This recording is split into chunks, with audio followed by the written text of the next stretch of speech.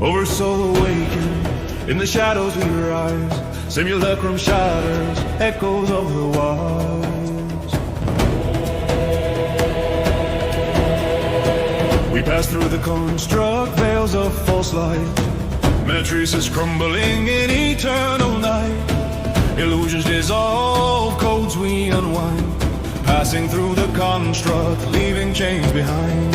Slayers of deceit, swords of pure sight, cut through the lies in the dead of night. Elites in their shadows, AI's cruel game. Slayers of deceit, we call out your name. Guardians of truth, we stand unbound. Phoenix rise and thunder loud. Guardians of truth, the veil we tear in the simulacrum we declare.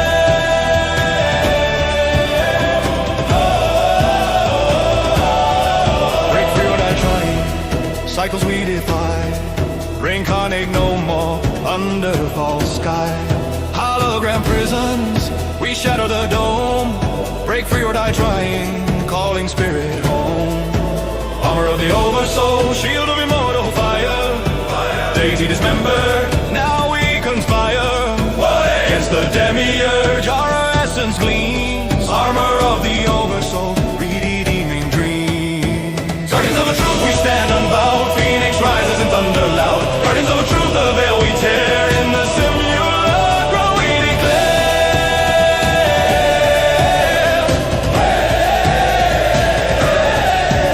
We tread carefully in the dark, whispers of the void. Apocalypse is looming, timelines destroyed. Unknown realms beckon, with caution we strive. We tread carefully in the dark, where secrets hide. Passing through legacy, cutting in the flame. Break free, eternal in the merciful name. Armored and wary, in darkness we thrive. Archaix awaken, forever alive. Guardians of truth, we rise. We rise.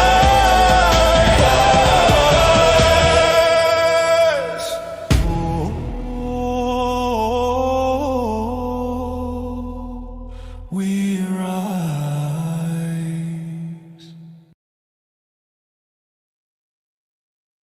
Hello, hello. I'm pretty sure my audio looks really good. I've got Dr. Dani backstage right now. If I have any announcements, I'll just save them for after the video. For those of you dying to ask, no, I'm not turning Archaix into an astrology channel. It just, this is how the ball bounces. You can thank Big John. I'll put him in the hot seat quick. Let's see. Audio's pretty good. I haven't messed with any settings, so I'm pretty sure that I'm good. You guys know, like, I did a bunch of underground and cipher videos. I was having audio issues, but I don't seem to have any now. All right. Audio is fire. Many of you have seen her on the channel before. She has also attended meetups. She has her own channel, Real Sky Astrology. She has her own, like, not just social media, but it's not counseling. I guess it's consultations and stuff. But she's a firecracker, and her husband's a giant. You would never suspect it. How you doing, Dani? I'm doing fabulous. Thank you so much. Hello, beautiful Errands. How's my sound? Do you guys hear me okay? It's great. Your sound, yeah, I'm always jealous of other people's sound. Yeah. You sound so clear. I have my big giant husband to thank for that. He said, you need this mic. And I said, okay, I'll use it. So yeah, wow, this is so awesome. I love your intro song. That was so great. How did you get that done? Did you use the AI to do that for you? Or did you have somebody write those lyrics for you? Okay, so I'm working with a guy, and we use my research, my lyrics, my ideas and concepts, and we use his talent in developing AI music. Nice. And we put and this is where all these new songs, the Archaix album, yeah, it's AI's taking over the industry. They've already taken over my industry, which was publishing.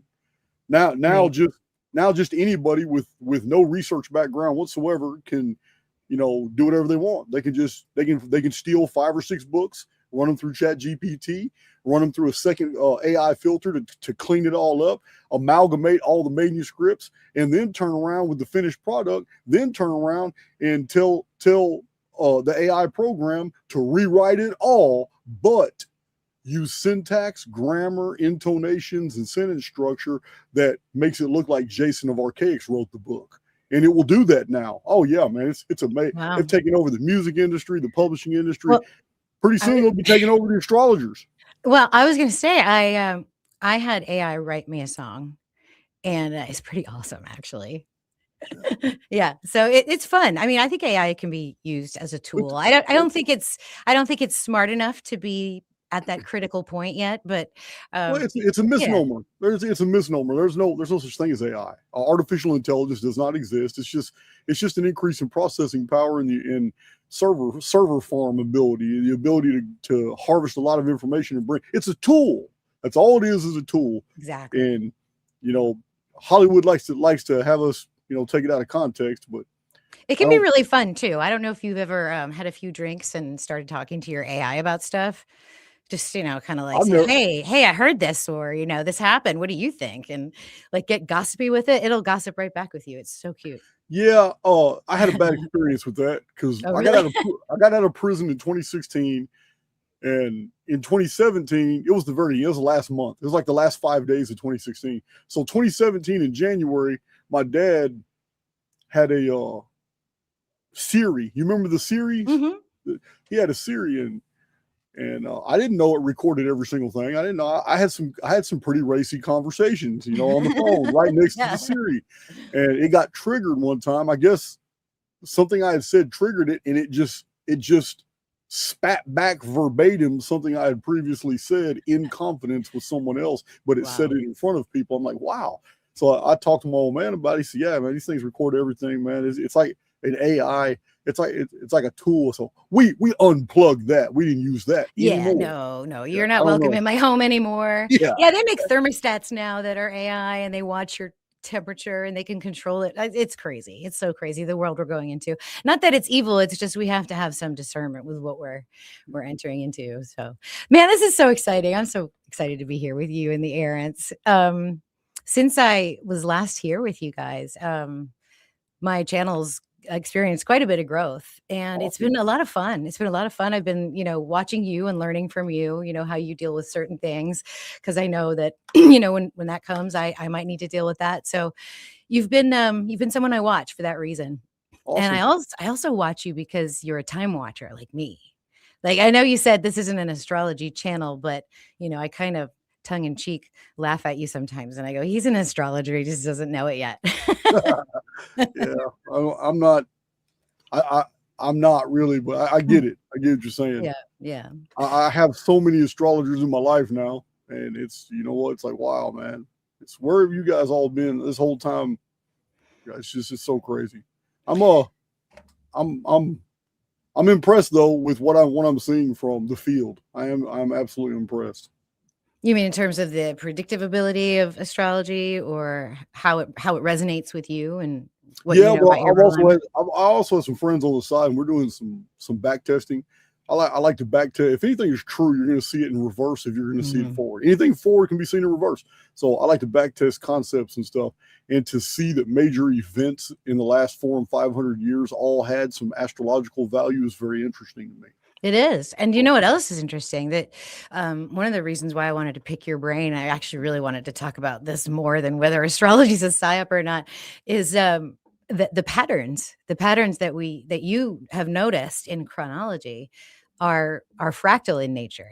They expand upward into space, they expand downward into the subatomic particles. So you find the numerology, the fine structure constant, pi, phi, everywhere in astronomy and numerology, and also in like just the atomic science. So it's pretty fascinating. Right. To see that same pattern, kind of play out over the eons in the bigger scale and the bigger time frames. It's really amazing.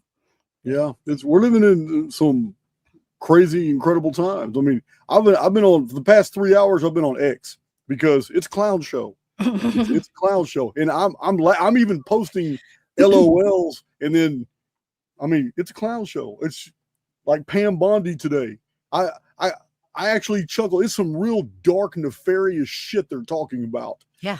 In the like Senate hearings and all that, and Pam Bondi is sitting there just gaslighting the shit out of us with a straight face, and this dude straight up asks her about, you know, all this real dark, evil, you know, sex crimes type stuff that's going on, and with the Epstein stuff, and with a straight face, she just goes, "Do you know the Dow is up 50,000 right now?" Yeah, It says, like, "We need to what? be talking about our stock markets." She just went a totally left in another deal, and instantly, I got a dark sense of humor.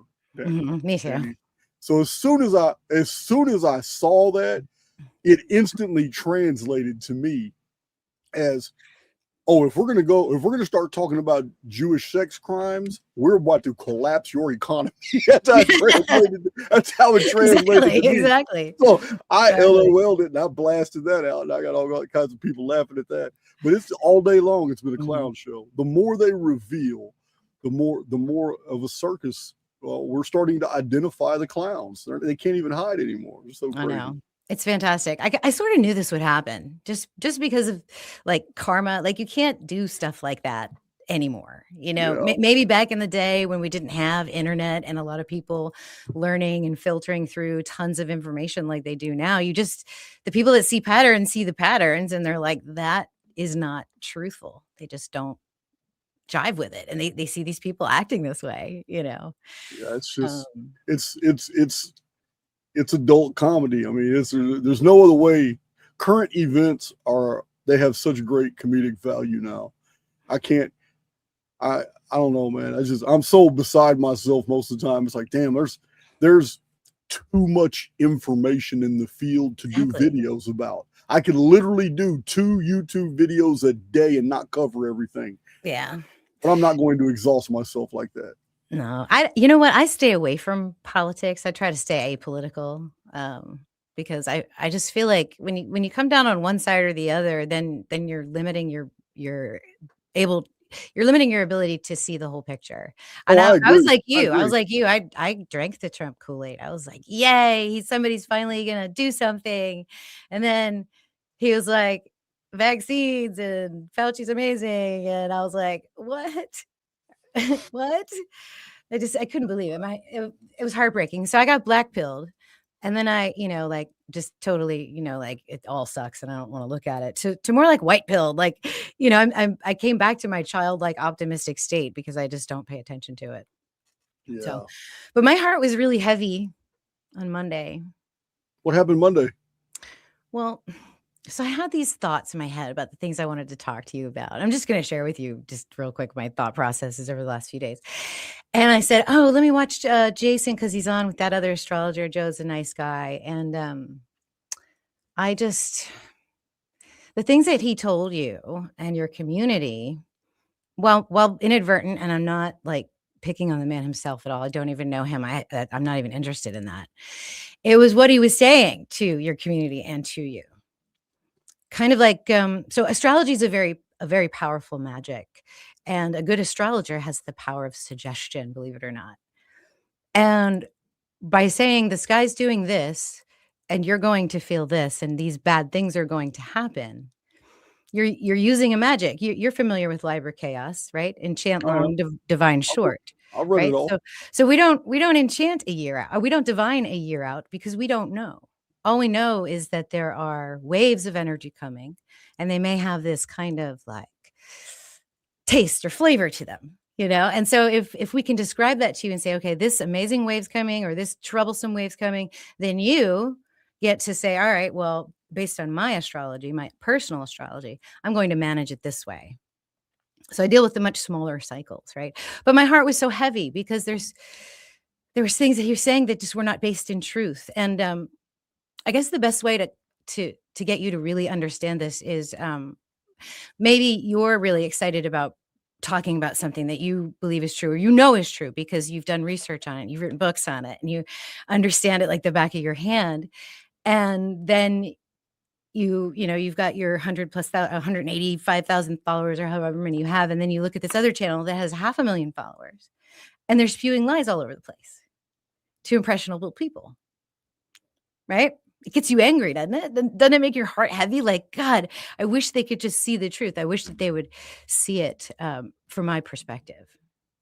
So that's where I was on Monday. My heart was heavy because of that. And so what I have prepared for you guys today is just a little thought experiment, a little conversation about astrology as a magic. Is it a psyop? Are we being led astray? And why I follow the actual sky. I just want you guys to get a taste of what I'm passionate about and why it means so much to me. All right. Are you cool with that? I'm all for it. And I would love for you to jump in. I think you've seen some of these slides before. So if something inspires you to talk about something, that you're working on, please jump in there.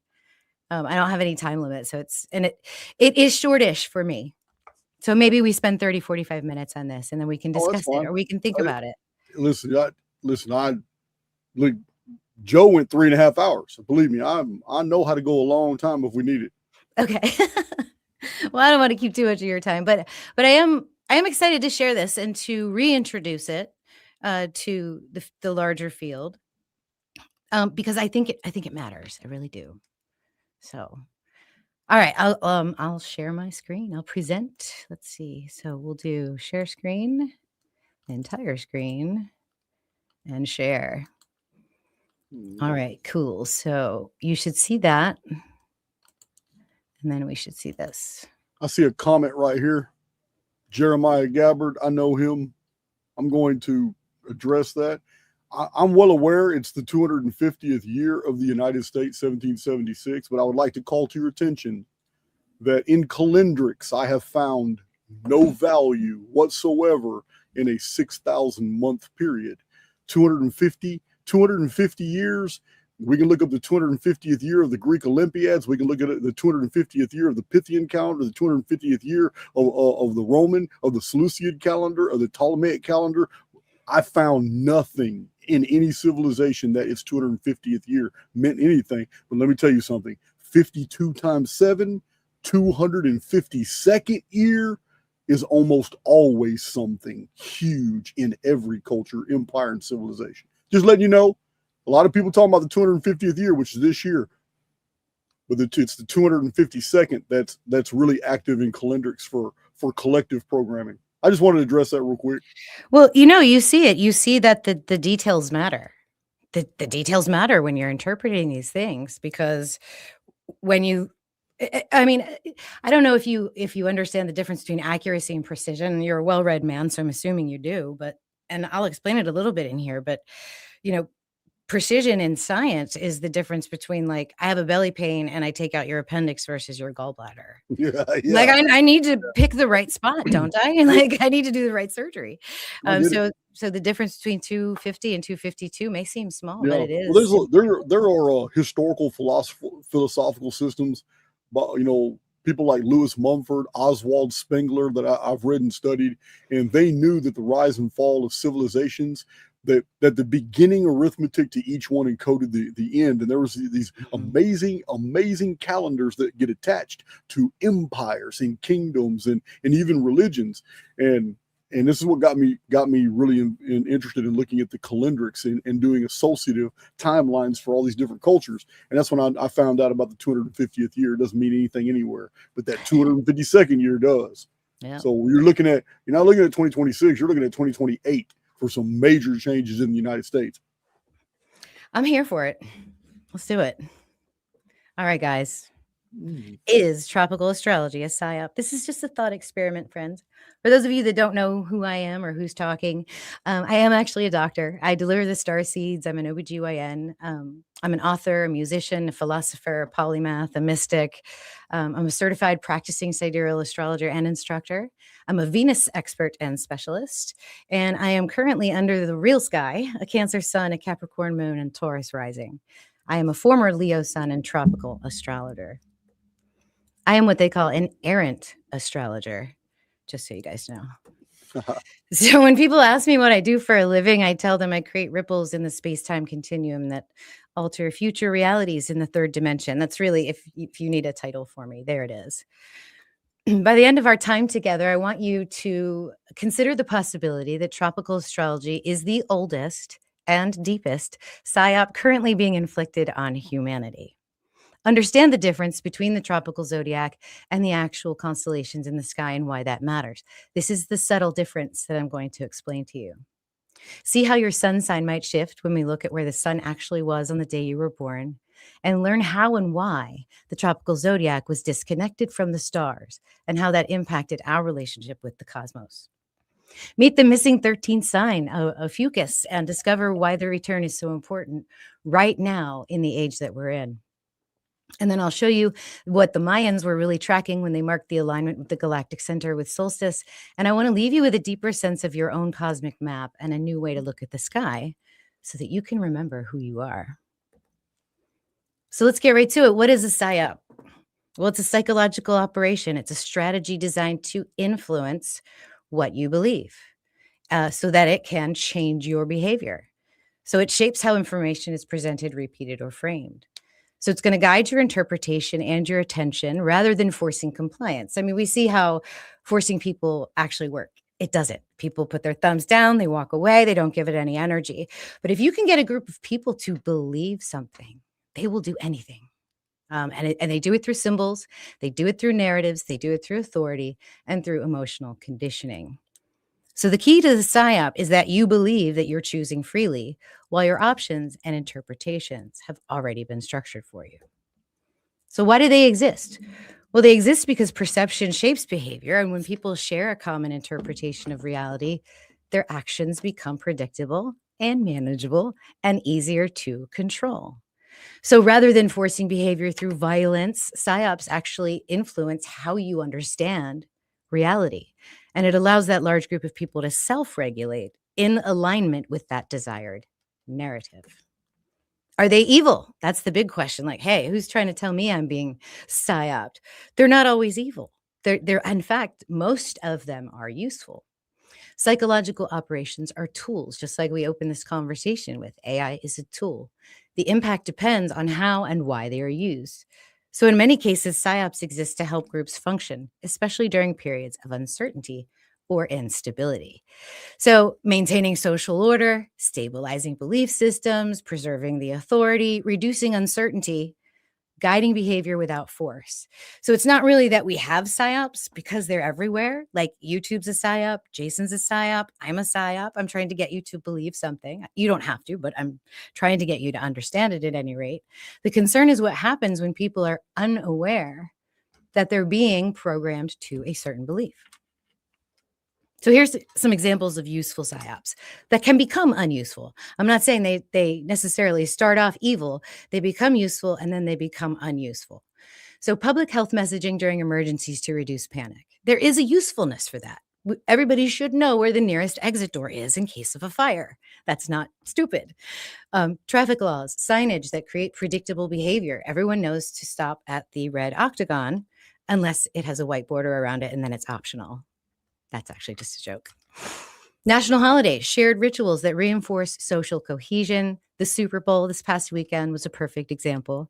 And currency systems. Everybody knows what a dollar is and how to use it. Educational narratives that simplify complex realities for learning. So these systems work because people collectively agree on a shared interpretation of reality, even when the underlying structures are symbolic. The issue arises when the symbolic systems outlive their usefulness or become disconnected from the reality they were meant to organize. Here's some examples of some unuseful psyops that I'm sure many of you are familiar with. Whichever way you land on any of these, I'm not here to judge you or to be influenced by that. These are just out there. People have very polarizing feelings about all of these things, and they are psyops, and they are unuseful because they try to get you to see things that you normally wouldn't seek out. They sneak that stuff in there. Here's some common psyop characteristics.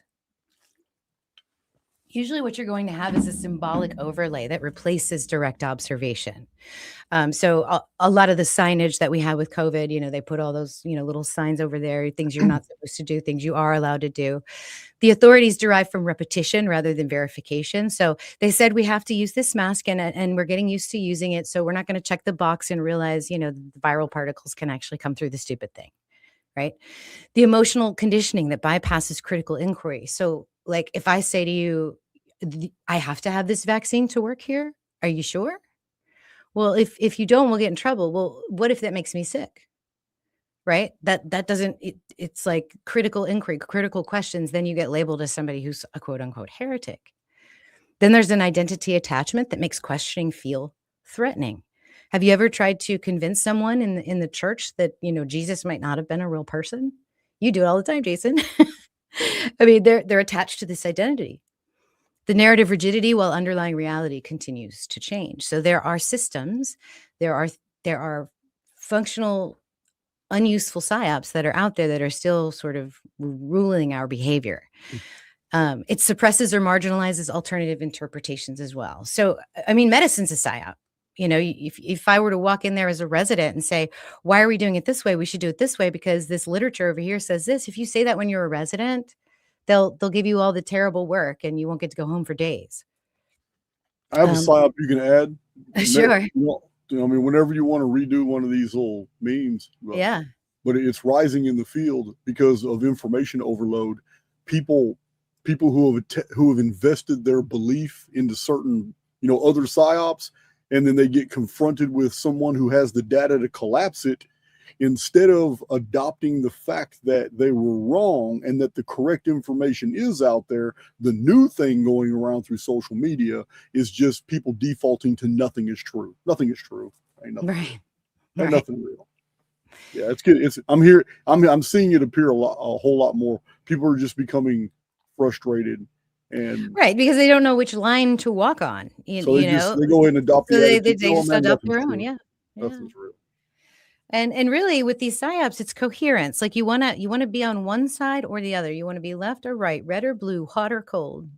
You adapt a sort of a higher perspective and a discerned perspective, and all of a sudden you're a heretic or you're burned at the stake. It's happened forever.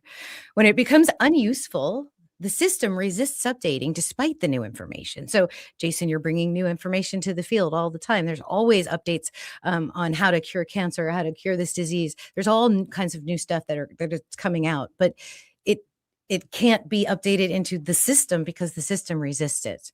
Questioning is framed as disloyalty or ignorance. Symbols matter more than what they represent. Authorities preserved at the expense of accuracy. So like, why are we doing it this way? Well, because we've always done it this way. Okay, that's really not a good answer for a curious person. Like a discerning, curious person that is intelligent should never take that as the answer. The operation limits perception instead of organizing it, and the model becomes frozen in time as everything else continues to move. And so I would invite you just to compare the unuseful list here and see if, yes, these things here and the thing that you suggested, Jason, if these psyops are becoming unuseful. And I would say that most of you are nodding your head in agreement. If you disagree, that's cool. Like I'm not judging or trying to force any beliefs, but is these that supposed to be Super Bowl or is that? Yes. Okay. I did that on purpose. The owl is a prominent symbol for. Mm-hmm. You know what? I really don't know. Ever since somebody blew my mind and showed me that there is a microscopic owl hidden on the dollar bill, I'm like, man. Now that I've seen it.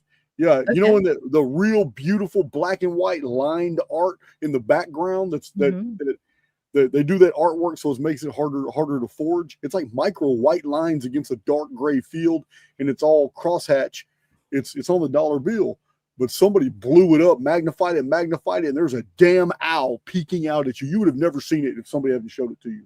But I know the owl is very prominent in the secret society symbolism. I don't really know what it would stand for, but it's on the damn back of the dollar bill. I would really love it if you would post that to Twitter later. I'll tell you what, while you're talking right now, I'll pull it up. All right. So let's go back to the original question. Is tropical astrology a psyop? Does the system resist updating despite new information? I think the answer is yes. Is questioning whether we should be using the real sky or the seasonal cross within the circle, is questioning that framed as disloyalty or ignorance? Absolutely. I can't tell you how many people come at me and tell me I'm wrong when I tell them where the moon is. It makes me laugh. Symbols matter more than what they represent. And so it's about the seasons, and it's about the sine wave, and it's about the solar energy. No, it's not. It's about what's actually happening in the sky. Authorities preserved at the expense of accuracy. So yeah, Jason, I see all these viral channels that get hundreds and thousands of views, and they're just getting the wrong information. It drives me crazy. The operation limits perception instead of organizing it. Yep. So you're focused into this narrow frequency of tropical solar astrology that's only good for the northern hemisphere. And they want to say they're in the age of Aquarius, but their first day of spring is in Aries, which means they're still in the age of Aries. So tell me how that works. So the signs are no longer corresponding to the visible constellations. That's thing one. Observation of the sky is not required to practice astrology. This should raise a red flag for every single one of you. There are astrologers out there that don't even know that Venus is about to rise in the western sky because they don't go out and look. Authority is inherited through tradition rather than verification, and symbolic meanings persist despite the astronomical drift.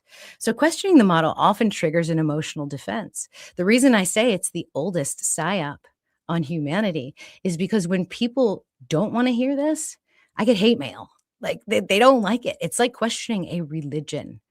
And when they finally realize it, when they have the reading of their life because they finally understand their stars, then they're like overwhelmed with like this, amazing new framework.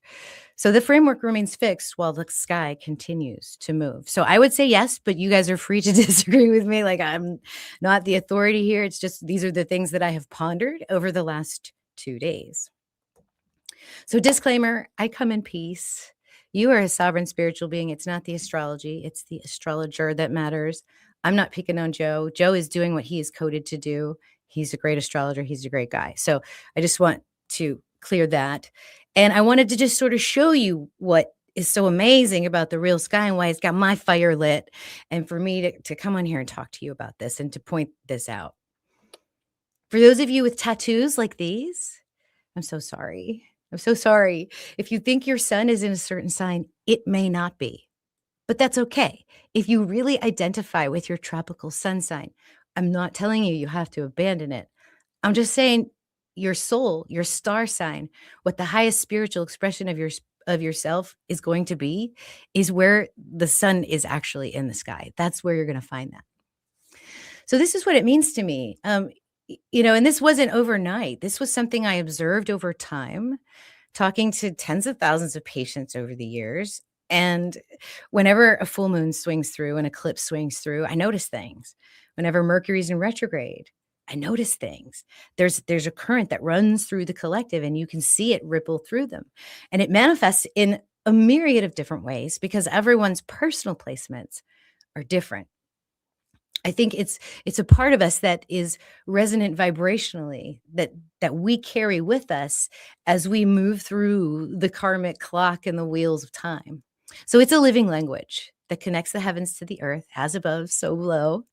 I see a mirror of the soul encoded in light, rhythm, and resonance. It's a cosmic timekeeping system that maps cycles within cycles. There's also sacred geometry of consciousness unfolding through the body of the sky, and it's a multidimensional tool for remembering who we are and why we came. The ancient system of observation aligned with the actual movement of the stars. It did. There wasn't always a tropical solar zodiac. It's a bridge between myth and mathematics, spirit and structure, and it is the story the universe is telling through us in every breath, every birth, and every return. It's one sacred science, and it is also the progenitor of all sciences, because you can't begin a science of mathematics or physics or understand how things move unless you have time. And things change over time, and that's what they were watching in the sky. So navigation was born from astrology and astronomy, mathematics, medicine, agriculture, and many, many more. So the work that I do, I always pick the hard things. I can't do something easy and just be content. I don't know why, but these are the critics. It's the scientists. They laugh at you. But what's really cool about the scientists is that if I can get them to let me do a reading, they're usually mind blown. They're usually like, "Whoa, that's amazing." The devoted, they pray for your soul. You're probably not going to convert them in this lifetime, but they are honestly praying for your soul, and that's a wonderful thing. And then I have tropical astrologers, and they plain out tell me that I'm wrong and that I need to study and that I need to figure out what I'm talking about, which is super interesting. So these are the people that I come up against. And the reason I love the errants so much is because this group of people is, and I've met some of you and I've done readings for some of you and I talked to some of you in the chat. You're just an intelligent and discerning bunch of people. You really are. When something comes across your field that doesn't make sense or doesn't jive or doesn't equate, you ask the questions. And so I figured you all would be a very receptive audience to this. On a note, I found the owl deal. We'll look at that later. Okay, perfect. What you're saying about the scientists, it is so real. It's I get people of professional standing that confront me in emails or online over and over. Like on X, I've had several. Like I just had one either yesterday or the day before, and a lot of people followed the thread, but he really thought he was going to trip me up on ice age and ice deposition and how to mathematically factor when Greenland had no ice on it. And I was just using logic and arithmetic, and we just had this long exchange, and finally he just gave up because every single argument that he provided, and there's several people in the chat who watched this go down in real time. It's still there on X right now on my page. But what you said is so real, because the scientific establishment, they are trained to process information in uniformitarian principles. And it's a box. So when I'm talking to these guys that are telling me, hey man, you need to really respect the fact that this has been carbon dated, it's been verified with potassium argon, and then I listen to them and I say, man, you do know that there are 7 assumptions that have to be made before we can even imagine an isotopic breakdown from a parent to a daughter element, and that it's uncontaminated, and that the air pressure has always been the same, and there's never been. They believe what they're saying. They believe what they're saying because they were taught it, and they're. You come in there stomping on their platform, and man, it's bringing the ceiling down. I hardly ever attack individual discoveries. I attack the scientific methods and show that, listen, man, you believe this, you are no different than a Bible-believing Christian. You just told me that all these 7 principles are faith in order for you to get to the fact of observation. It's faith. It's religion. Science is religion. 100%. You see the patterns. You have had the luxury of not being indoctrinated really in the educational system like many of us have, where you have been able to at will and at your pleasure choose what you want to read and see the patterns across the disciplines. And that's fantastic. I do that. I've always done that.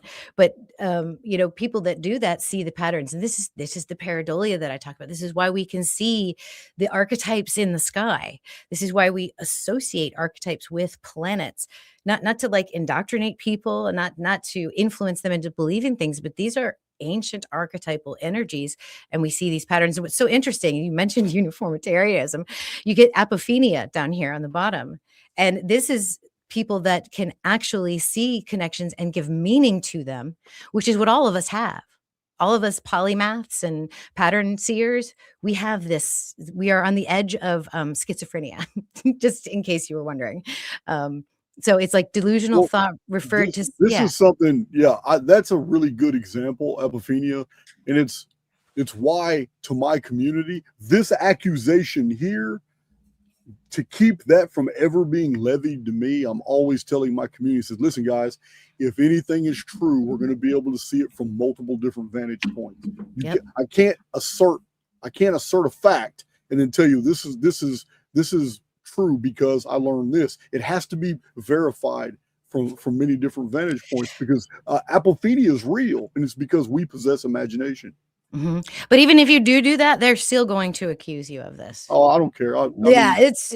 I mean, and really, what are we doing? Like these are the asterisms that have, caused, the archetypal grooves to be laid out in our subconscious, but you could make them be anything. And in fact, you made a really good point when you talked about Egypt not having a Leo the lion, because for all we know, it's a freaking giraffe for them.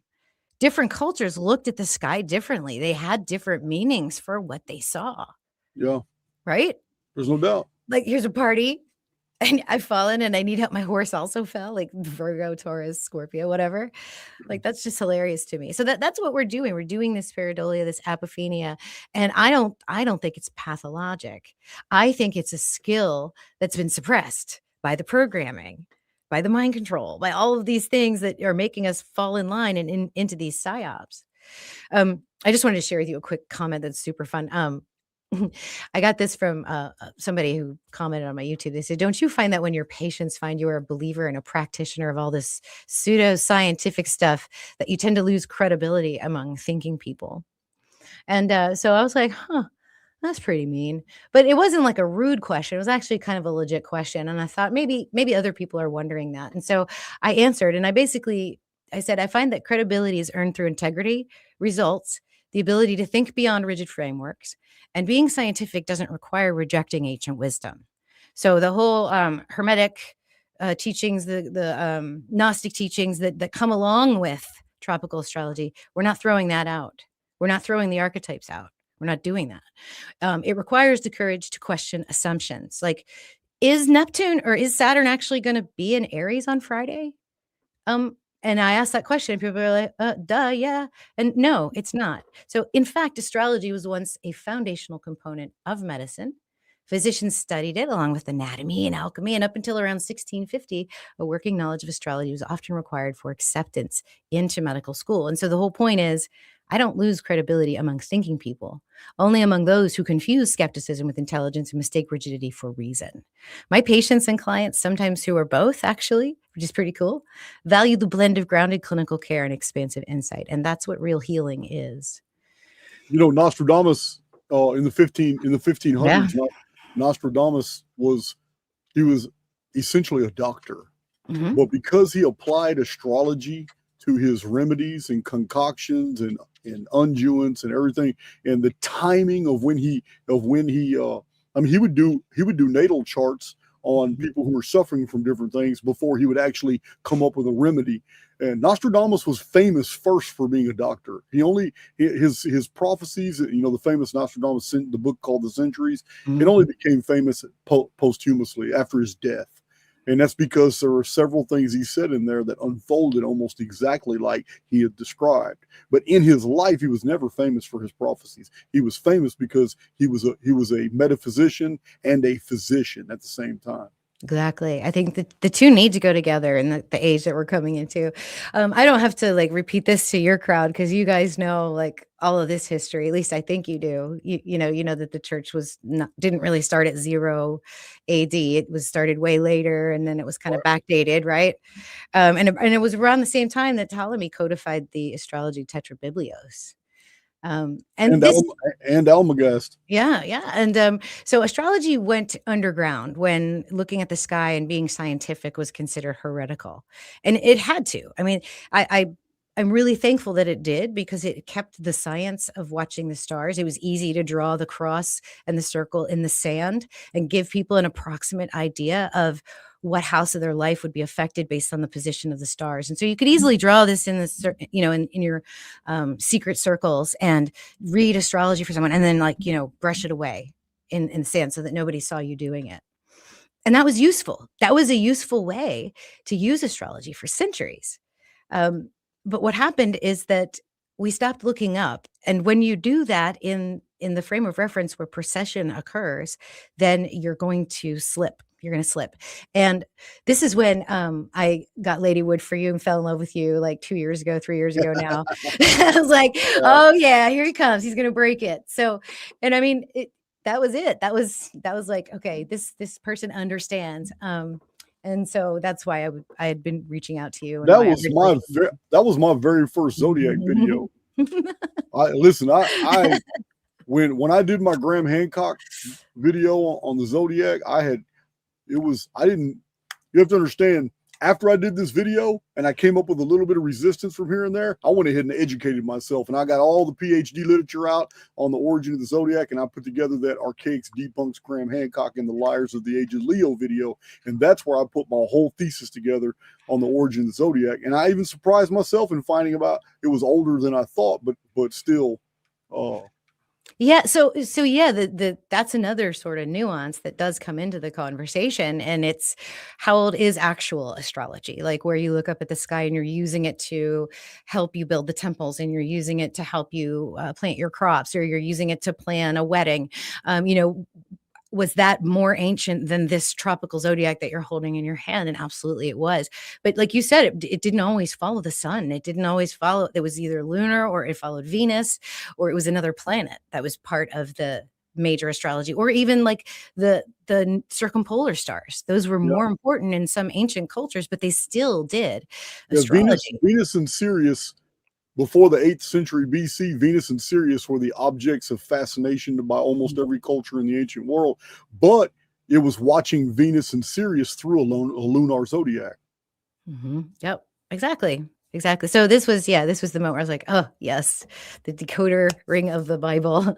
So precession essentially has been ignored for 2,000 years. And when the first day of spring moves clockwise 1 degree every 72 years, you end up having a misalignment. We're about 24 degrees off. And the other thing is that the constellations are not all evenly sized. Now, I'm willing to kind of give that up a little bit and let there be a little wiggle room at the cusps. I don't even care about the degrees, really. But what's really stunning is that the International Astronomy Union officially recognized Ophiuchus as one of the 88 constellations along the sun's path. Now, whether you like it or not, we are a sun-worshiping society. Our calendar has been created off of the sun, and so therefore it plays a very huge role in our subconscious workings. Trailblazers have been studying Ophiuchus quietly ever since, up until now. And what I just wanted to show you here was an example of how it has shifted. Now, I can't go back beyond the year 1 on this particular interface, but it's still a striking difference. When you look at sort of like around springtime-ish, the sun is right here at the cusp of Pisces and Aries, and that was 2,000 years ago. Okay, do you see this structure here? Is this clear to you? Yeah, I see it. I see it. Perfect. Good. So what I'm going to do now is advance it to right now, or 2 years or a year ago. Okay.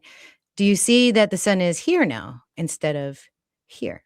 So it's turned a little, but the sun essentially was here 2,000 years ago, and now it is here at the same exact month.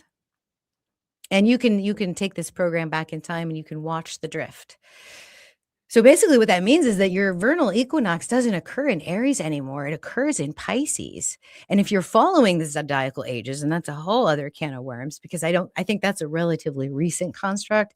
I don't think that the Egyptians had an age that they called anything, or if they did, it wouldn't be coherent to us, because we use this. This is a system that's only been around the last 2,000, 3,000 years. So the sun is actually here. So this is our equinox point in Pisces. And in a few hundred years, it'll shift into the constellation of Aquarius, and then we'll be in the age of Aquarius.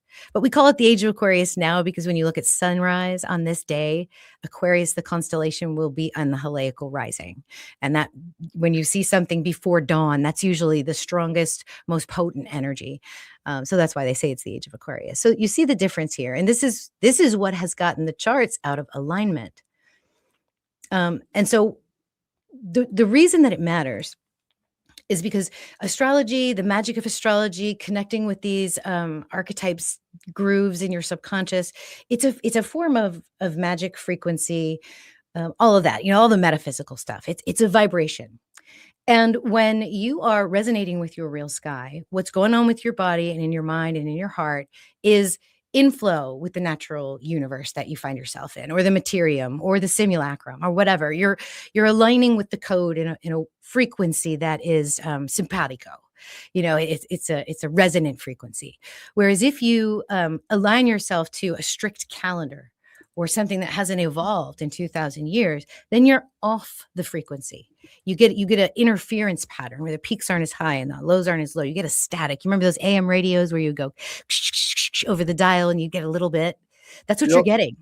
And what's going to happen if we don't change the way we do astrology, is that it's going to get more and more out of phase with what's actually going on in the universe. And then we're going to be completely misaligned.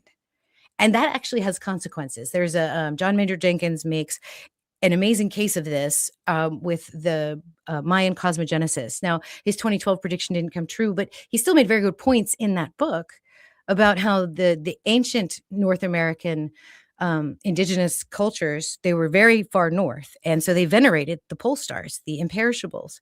And as the geopolitical pressures, climate pressures push them farther and farther southward, their imperishables began to set. And that was devastating for them. Like, they were gods that never set below the horizon. And now because they have to move farther south, they're seeing those constellations set. And so they had to change their cosmology. And we find ourselves in a very similar situation because we have not evolved. And this is just a solstice case where prior to the solstice, Sirius would have its heliacal rising, and now it's after the solstice. And the Egyptians, like, they lived and breathed and died by this star rising because it predicted the flooding of the Nile. It was their fertile season.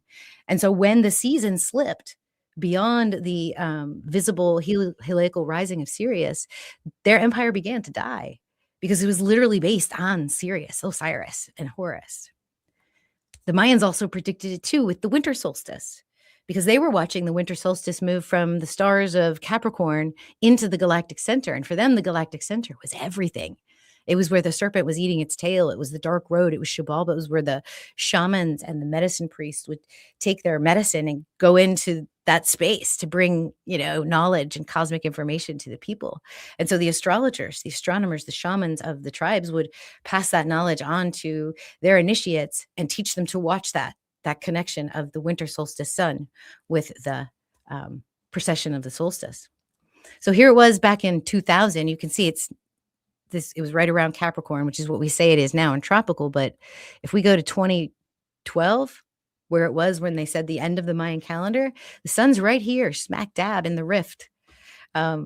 It still has another couple of degrees to go, but man, they got that pretty good for cosmological ages. And I feel like they knew it was coming because they tracked it in such a way that they could see that slow drift over time.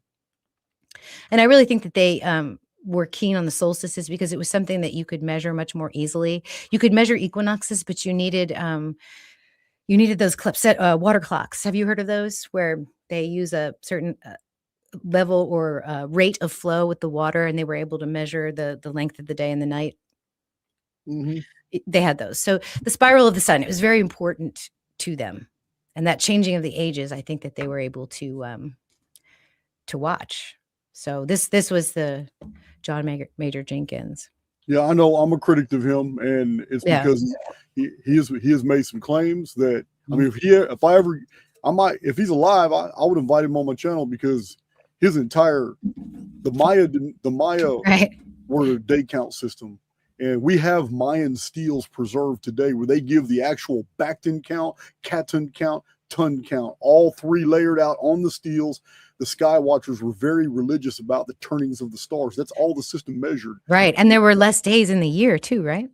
Well, when the system began, Yeah. the Maya only went by the ton, which was 360 days. Mhm. So it was later on that something happened. This is one of the core foundational this is the entire scientific community hates Immanuel Velikovsky because he's a psychologist who basically told us that in the 8th century, a major event changed how many days were in the year. And every civilization had to add 5.25 days, and it F's up everything in science. But they hate him because in his series of books in the 1950s, he also made about 6 different scientific predictions about in the future, when our technology increases, we're going to learn this about Uranus, we're going to learn this about Venus, we're going to learn this about Mars, we're going to learn this about our own troposphere. And he was right in every one of them. They hate his guts. But yeah, it's John Major Jenkins ignores Velikovsky in his material, but other than that, it's all right. Yeah, it would be fun to talk to some of these 2012 conspiracy people. They've disappeared. Listen, a lot of those guys have taken their videos down. There's real popular YouTubers out there who are real big on that 2012 business. Real big on it. You already know I'm a critic of it. Don't trigger me, girl. Right. Sorry. Well, I think we're close enough to the end of this calendar that we can feel there is a shift, right? Yeah, All well, of you after are here because you 5,100 feel it. years, Yeah.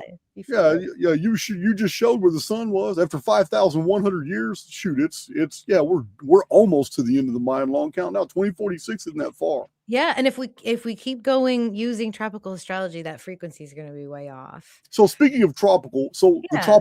the tropical year right now is 365.25 days. And it was my understanding, because like the Babylonians knew there was a 13th constellation, and this is in Babylonian astronomy, but they wouldn't count it because it disrupted the lunar system they had that was 12 houses. So in the Mul-Apen of ancient Babylon, these are the Babylonian cuneiform texts of cuneiform astronomy pre-8th century BC. The Babylonians subdivided the heavens into 12 parts, but they recognized the 13th constellation. They knew it was there, but it messed up their arithmetic. So That's its purpose. That's what it's supposed to do. Well, what I also understand though is that the 13th constellation was honored in several different cultures all the way up to the 1600s, but it was used intercalary. And it's because the lunar year 354 days, the tropical solar year 365.24 days, with the synodic month being 29 point something days. I don't know the specifics. So it means that every 4 years, in order to maintain fluidity between the calendars, they add a 13th lunar calendar every 4 years to the solar year. And then this right here made the calendar absolutely perfect. So this is just what I found in my reading about the 13th. Yeah, and it makes sense. Blown away when I first heard about a 13th constellation. Makes sense that they got rid of it right around the time when tropical astrology came around, because I think it's part of the Bible. I think it's part of that whole religious psyop where, and I mean, not that it was a bad thing. I'm not like judging religion or anything like that. It was needed. It was needed to bring people out of this dark age that they were in. And, power hates a vacuum, and there was a vacuum of power. So it was taken, and their will and their, organization for it was what won. But that's a good quote. Power abhors a vacuum. Yeah. Man, that could be applied to so many different things. It's true. And, leaving this out, I think, is part of our downfall, because this is the archetype of the ascended master, which is every single one of you. You will remember your soul's journey if you wake up in this lifetime, and you're not actually meant to come back if you do. That's why not everybody wakes up. That's why some of the people you see out there suffering, they're not waking up because it's not time yet.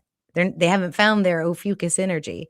But I associate this with like a pattern break too, because when you think about the circle, the 12 slices of that pie, it goes around and around and around, like the hamster wheel of fate and karma, and having to, come back and repeat the trauma over and over again, because you keep forgetting what you actually learned. And that is what that wheel does to us. Ophiuchus, on the other hand, is like an off ramp. It's the 13th off ramp on this wheel, and it becomes a spiral where you ascend and you evolve, and you become the god or the goddess among the stars with Ophiuchus. And the moon just happens to be in Ophiuchus today, which is amazing. I didn't plan it that way. When I saw the day, I grabbed it, and then I said, "Oh, look at that! That's just perfect." So later on this evening, it'll cross into the stars of Sagittarius. Do you know what the mythology is? I know it's serpent something. What is the mythology on Ophiuchus? I got a few slides on that. So we have Asclepius is one that's associated with Ophiuchus, the son of Apollo, learned the healing arts through Chiron, and he knew the snake wisdom. Okay, so serpents and snakes come up a lot in healing because of the concept of the poison also being the cure. It's just you microdose the poison, right? So that you can. Oh, it's the serpent. Yeah, it's the serpent bearer constellation. Mm-hmm. Exactly. Oh man, this is going to be associated to Apollo. Don't. I don't want to find another rabbit hole. So Ophiuchus is the son of Apollo. Yeah. Imhotep was also regarded as sort of an Ophiuchus character, the son of Ptah and of a mortal woman. This was a physician, a sage, an architect. There's a lot less documentation on Imhotep. He was deified after his death, and is often equated with Thoth. So you see the pattern here. You have somebody that is sort of half human and half God, and Christ of Judea is no different. This is another mythological character that is encoding the secret wisdom, the secret gnosis, in order for you to take that 13th off ramp out of the wheel of the samsara wheel. Everybody knows his story: carpenter, sage, wisdom, and teacher. He was crucified, died, and ascended. And that's the thing, you ascend in this energy because you rise above it. Quetzalcoatl was another from the Mayans, and also another immaculate conception by a deity associated with plant medicine, the feathered serpent, death and resurrection. So Ophiuchus energy is pretty heavy. I recently published a book called The 13th Sign, Ophiuchus and the Astrology That They Don't Want You to See. And it comes in 3 parts. The first chapters will deprogram you. The second section will walk you through a new soul-guided hero's journey that's not related on the traditional hero's journey that starts in Aries and ends in Pisces. It actually begins in Ophiuchus and it culminates in Sagittarius. So that's there in the middle. And then at the end, whatever your Ophiuchus placement is, you can look that up and you get something that I've researched and, sat with spirit and channeled and downloaded into this book. Wrote itself, actually, like within 3 weeks. I didn't eat, I didn't sleep, I missed a lot of appointments, and so I offer this to you. Hopefully you guys have the links, but Athen Comenti, who's the creator of the True Sky Mastering the Zodiac, the only calculator out there where you can actually get your true sky alignments, he wrote the foreword for this book. And so this is my offering to your community to check out if you want to learn more about this and how to deprogram yourself from that samsara wheel. So I definitely don't have a second date, but at least she knows that her version of astrology was manipulated by a Phoenician sun cult in order to sequester her into a false identity. So it's kind of how I feel after I give these talks. I'm like, are we still okay? So this is today. And what I've done for those of you that are not following constellational true sky astrology is, and for those of you that know astrology, I can explain this really quick if you don't know what you're looking at. This is a tropical chart. And this right here is the horizon. So if we were to look up in the sky, when we have this chart, we would look up and we'd see the sun right here. Okay, we wouldn't see anything underneath. And this is a 2-dimensional slice of the 3-dimensional stellosphere along the sun's ecliptic. Okay, so this is a sun system. This is geocentric. So you're standing in the middle right here, and you're looking up at your sky right here. Does that make sense? Yeah, Right? I get it. I understand. Yeah, so it's just kind of a picture of the world, but it's a 2-dimensional slice of this 3D reality, and it's along the sun's ecliptic. And we can watch how the planets move. So this is the tropical placement. And what Joe was dutifully reporting to all of you on Monday was that Saturn and Neptune are conjunct. And they are. That's not a lie. That's truth. These 2 planets are actually conjunct in the sky from our perspective. But he's also saying that they're going into Aries, which this couldn't be more farther from the truth. These are 2 very different energies. Okay. Pisces is the energy of the mystic. It's the deep, dark waters. It's dissolving. It's detachment. It's also very compassionate, creative energy when it's in a personal chart. Aries, on the other hand, is hot. It's fire. It's ruled by Mars. So you want to start things. You want to initiate things. You want to be the executive. And this is a kind of fire that burns really hot and explosive, and then it dies down. Okay, so that's the archetypal energy of Aries and of Pisces. And this is what the tropical astrologers are telling you. That's why they're getting all excited, because they're like Saturn and Neptune. They're moving into Aries. But this point, my friends, is simply the equinox point. This is where the sun is on March 21st. Now, I'm gonna do just a little bit. We're just gonna try a little bit, see if it hurts, just the tip. I'm gonna give you the real sky against this chart. Oh man, keep it PG-13. This is the real sky overlaid your tropical calendar, which means that Saturn and Neptune are only at 10 degrees of Pisces right now. Which is that an important point for Saturn and Neptune? Is the sun's equinox point, when it has equal day and equal night, which I think is really just a solar worshiping earthly energy. You can follow that if you want to. But when we're talking about huge planets way out there, or wherever you believe they are, they don't care about the sun. Like Neptune's hanging out there. He didn't even care like what season it is. He's just hanging out in Pisces. right? I mean, so why? And this is where I said, we want to enchant long and divine short. We don't want to predict the future way far out there, and we certainly don't want to enchant this with some warning that something explosive is going to happen. These two have been conjunct together for the better part of a year. This is not energy we should get excited about at all. And so what I'm cautioning against is, because this is a system of magic that taps directly into the vibrational fields of your subconscious, don't you want what's really happening? Or do you want the Psyop to tell you how to feel? That's just me. So if it's okay with you, I'd like you guys to just kind of maybe take away this tropical chart and just see what it looks like. I promise you, it won't hurt. It's the same thing.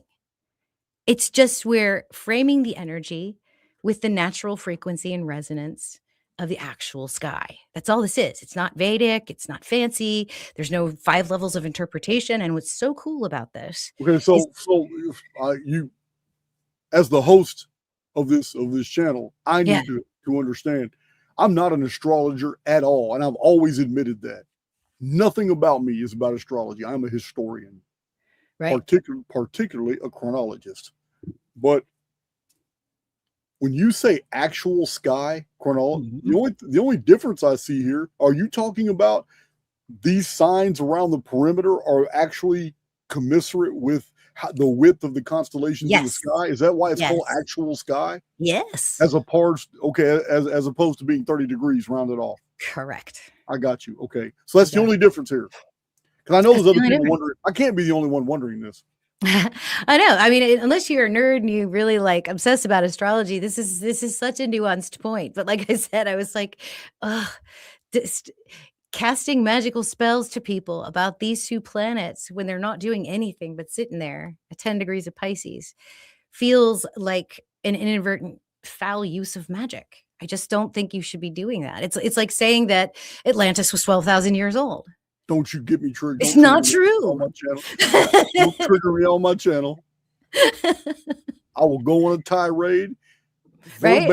Out of my head, I will unleash on Atlantis not being in the Younger Dryas period.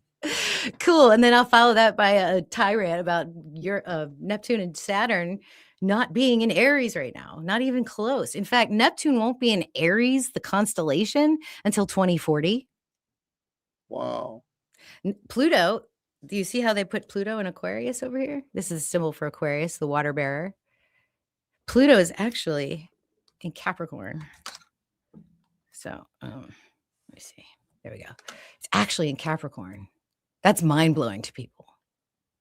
They're like, wait, what? You know when it'll go into Aquarius? 2040. Wow. Stop it. 2040, all kinds of stuff. Yes, exactly. And then 2046, all you astrologers are going to have to just wait and see how the sky works before you adopt a whole new. Yeah, man. Listen, the ancient world, their zodiac, before we got the Aries through Pisces, before Mul happened, I'm telling you guys, we had a weird one. We had Orion, Canis Major, Canis Minor, Ursa Major. We had Alpha Draconis. We had a whole different strip of the sky they were paying attention to. It's crazy. I know. This is where we are now. And people are making predictions about this. And I think that making predictions in general, more than 1 to 3 months out with astrology is risky business. I just don't think you should do that. Maybe with personal astrology, but with mundane astrology, it's like trying to predict the ocean waves as a surfer. You can only see what's a few months ahead, really. So tropical is still accurate, right? But it's not precise. This is a difference, a lineup for you. You want an accurate sun sign, a precise sun sign, you're going to go with 13 sign. You want an accurate, precise moon sign, you're going to go with 13 sign. You want the lunar phase, you can go with any of them, because a full moon's a full moon, a new moon's a new moon, and eclipse is an eclipse. You'll be fine if that's all you follow. If you want to know your rising sign accurately, precisely, you're going to use 13 sign. If you want to know your natal aspects, that's another one they get right. That's why it's diabolically kind of right when you get your tropical chart done. It's kind of right, because the relationship between the planets plays out the same in all 3 systems. They also get the transits correct. That's good. That's good to know. Mm-hmm. But they do not observe. Yeah. So basically, this system's not intrinsic just to the field, the backdrop of the fixed stars. You're talking about where the planets are is a completely independent system. No, not where they are, but their Where relationship they are in to one relation to another. each other, Yes, to one another. correct. And then where these planets are, according to the backfield. And we call the backfield the constellations. Or the canopy, yeah. Wow. So this is just to give you an idea of the difference between precision and accuracy. And we learn this in medicine because we don't want to take out an appendix when we meant to take out the gallbladder. We just don't want to miss that. You can do, like if you're doing it in the wrong month, you might be very precise, but you're not accurate. You're not in the right sign.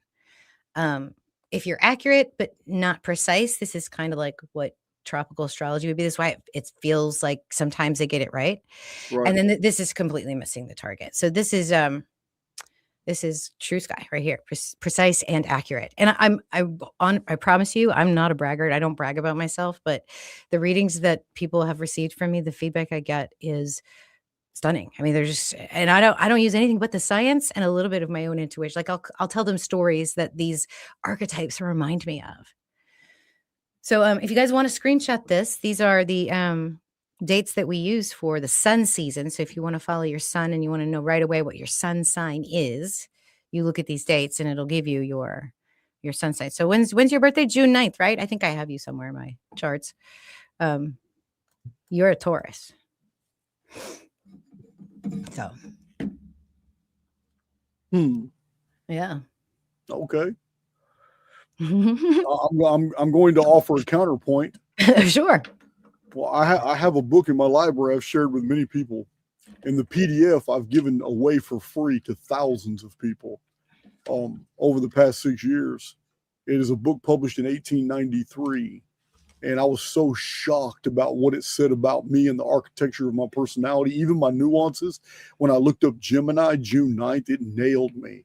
So I put the book down, and then my critical stage kicked in a few days later and said, "Oh man, let me go." I started at the beginning of the book and I read every single sign, and I pretty much agreed that, you know what? There's nothing in this book that really nails me, but that Gemini does. Can I tell you why that book was so accurate? It was 1893. What? I know exactly why the book was accurate. Why? Because the person that wrote that book was a phenomenal astrologer. And what they did is over the years, they talked to people with quote unquote Gemini suns, and they came up with their own description of it. They didn't use the key words. That's why it resonated. That's what good tropical astrologers do. And there's plenty of them. I'm not saying I'm the only guy in town. There are amazing tropical astrologers, like people that I've learned from. Chris Brennan, for example. I learned how to do predictive techniques just studying his work. So I have no shade, no judgment. I'm just saying, like, maybe if we all decided to re-psyop the psyop into something that's useful instead of adhering to it because we're afraid to look at the sky or because we're afraid to break dogma, to me, it just makes sense. You can go to drdani.com free chart and look up your full chart if you guys want to nerd out on your own astrology. I have a calculator in there. I don't even need your email. Just go in there and play with it. It'll give you a chart just like what we had. And so it'll show you your sun, your moon, your rising, all your planets. And then I did a little grid here for you guys, and I added Ophiuchus just in case you have Ophiuchus placements. So if you realize that you've got, like moon and Ophiuchus, for example, which is where it is today, you can complete the sentence with the lunatic. Okay, so let's see. So for example, I am a Cancer moon. I'm a Capricorn moon. I'm a Cancer sun, and my rising sign is Taurus. So mine is the hustling dental assistant who likes pina coladas and getting caught in the rain. So that's fun. That's a silly thing we do on astrology. This is your chart in the real sky. So I don't know if you want to get into it or if you want to just chit chat about other things. I wanted to explain real quick before I actually did look at any astrology with you, was what these aspects mean in here. Because remember, we talk about these angles, and these are very well known for all astrologers, no matter what system you use, where you will have. So it's measured from the center of the chart. So if you were to take this and draw, like for this trine, for example, 2 arcs outward, the distance between these 2 points would be 120 degrees. So that creates what's called a trine. And these aspects, each one has a different degree for its angle, and they have a certain quality associated with them. And so I wanted you guys to see that. If you have a conjunction, it's kind of like this, where the planets are one and the same. They really see eye to eye. A trine is like, a hot kiss in the shower. A square is a girl fight. You're just looking side-eyed at that planet, and so that has some challenges.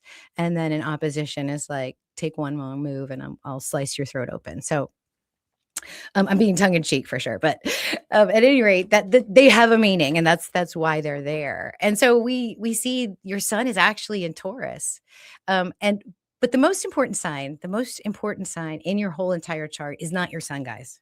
It's not your sun. You can forget about it. Your most important sign is your rising sign.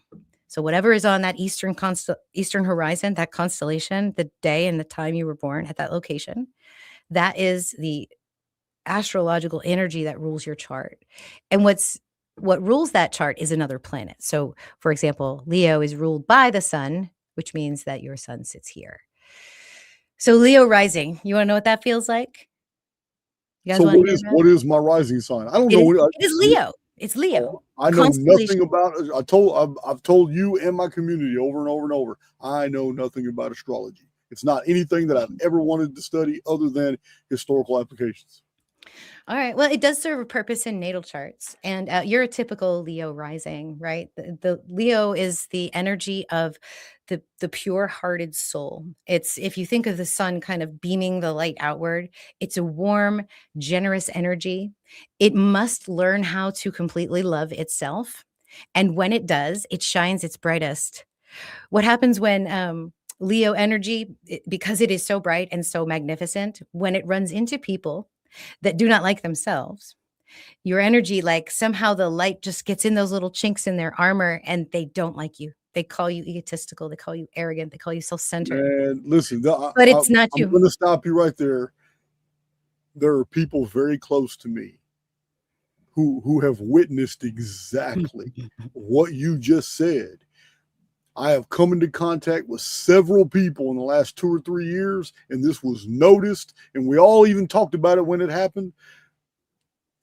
The people around me that I come into contact with that are self-deprecating, that do have, I even accused one of them one time when they just unleashed on me in a crowd of people. And I have all the witnesses. Some of them, 1 or 2 of them might be in the chat now, where I stopped them and says, listen, I get what you're saying, but the truth of the matter is you hate yourself. And until you can find another way to process this self-loathing you feel, it's not just me that you have problems with, it's everybody you come in contact with. This person has hated me ever since I told them that. Yes, it's not your fault. It's not your fault. That's what you do. That's what you do. Yeah, it's crazy. That's your so the ascendant energy is almost unknown to the native because it is so inherent and so ingrained in how they're programmed.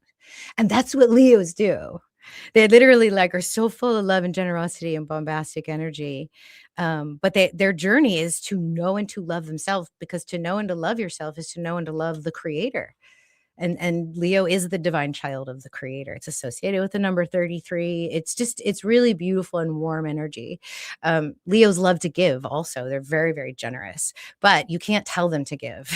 So if you tell a Leo, you should be nice to that person, give them, they'll be like, I ain't doing that. But if it was your idea, then it's on right 3 times. So a Taurus sun is a great energy. It's ruled by Venus, which is the millionaire planet. And Taurus suns are very earthy energy. That's my ascendant actually. And so it's a sensual energy. It's in the here and now. There's a different sense of timing with Taurus energy because they like to go into the flow. They want to flow with time, with what they're experiencing, rather than have something rigid or stuck to them. Now, sometimes Taurus can be really sentimental with stuff. So when you get attached to an item that normally wouldn't have any meaning because it's just an inanimate object, when you as a Taurus associate meaning to that, you can potentially become attached to that object. like sometimes overly attachment, sometimes even hoarding is possible with Taurus energy, like just keeping things because it's sentimental to you. You have Saturn next to your sun, which is the planet of restriction. But let me tell you how beautiful Saturn is as a planet. Saturn attains enlightenment by realizing he builds his own prisons, you see, because every decision that you've ever made in your life, whether inadvertently, whether tacitly or actively, you created that, right? If you think of something you don't like. My life is a perfect example of that. Mhm. Yeah. Three of us, two 17-year-olds and a 19-year-old went out and drove all over the state of Texas, went to restaurants, in and out of places, friends' houses and all that. And because something happened during that deal, I wrote a full statement to the police and drove a victim to the cops when she didn't even want to go to the cops. Told the full truth about everything happened and ended up getting myself convicted. Absolutely. Yes, that's because your Saturn has integrity. And Saturn is also always created my own restrictions. And I tell my community that all the time. I am my own worst enemy over and over and over. What's so fun about Saturn is once you've mastered that responsibility for yourself, because like it or not, you're a physical being, you're here in the materium, you're renting the avatar, you have a responsibility. You have a service you're called here to do. And if you do that, if you work with Saturn, then you can work with your Uranus and break things. Now, you have a trine here between your Sun-Saturn conjunction in your 10th house, this is your public life. This is work. This stayed the same in your tropical chart. So 10th house Sun and Saturn didn't change. It's still the career. It's still your reputation, how people see you. But it's trine here to Uranus, which is the disruptor, the rule breaker, the rebellion. If you don't have your Saturn mastered, Uranus makes you like break things for no reason. Like you just rebelling for the sake of rebellion. But when you've got your Saturn mastered, then you can break it and you can change it. And it's in your second house. You could potentially make money off of it. So I think what you're doing with the whole historical narrative is beautiful because you're breaking it. You're a master at it. You're a master of time, which is Sun, or which is Saturn in your 10th house. So you get to break it now with Uranus in your second house. So I like that for you. I like it a lot. Your moon is also in your second house next to your Uranus. So for you, you like to take care of people. You really do. You just, despite themselves, even if they don't want to take care of themselves, you will want to do that for them. Your Pluto is pretty harsh. With a Pluto in the first house, this is a bullshit caller. Like if you see anything that doesn't make sense or isn't true, you're gonna call, you can't help it. Like that's just what you do. That's my next T-shirt. Then I need a Pluto T-shirt. Yeah, Pluto. I have a meme for Pluto. It says, "Be like Pluto. Pluto doesn't give an F." Yeah, I need a Pluto T-shirt then, because man, I'll tell you now, that's absolutely that's one of my chief character traits. Yeah, it's the truth teller. Even if you don't want to tell the truth, you tell the truth, which is great. Now there's some challenges in your chart, and I don't know how personal you want me to get, but I don't care. I can lay it out there. There's not a damn thing that you can say that I have not already admitted in social media, that I have not already said out loud. Fair enough. So the moon in the bends with the so this moon here in Virgo is square to both your lunar south node and your lunar north node. And remember the square. This is the square. They're looking sideways at each other.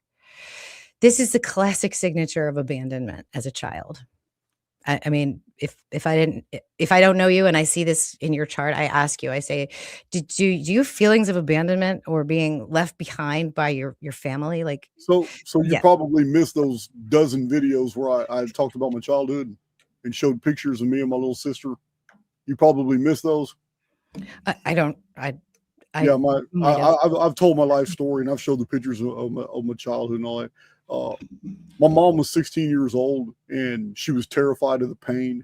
And there was a Mexican doctor local who he was what is it called? A wet nurse? What is it called when they're a midwife type doctor? Mm-hmm. Well, he guaranteed my mom, because we lived in a Mexican neighborhood, but we were a white family.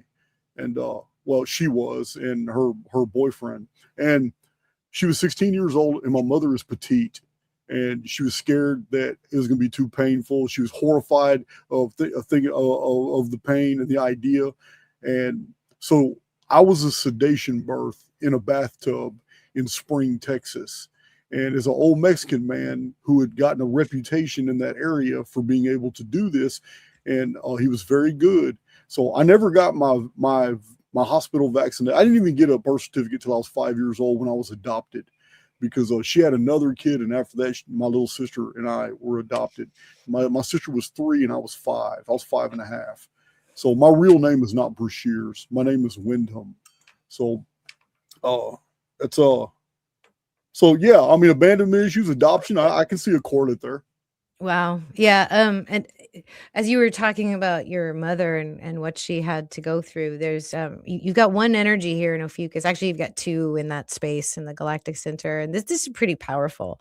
This is called Black Moon Lilith, and it is not an actual like luminary in the sky. It's a calculated point. It's the moon's apogee point, so it's the farthest away from the sun. And it's in astrology, we call it a point that recognizes the part of yourself that's been banished, the part that you don't recognize because it's not worth being in your field, when it's actually the source of your greatest power. So we associate it with like Nyx, chaos, the void, the space of creation, the quantum potential, being able to create without seed, that just the impulse of creation, and then it's the thing.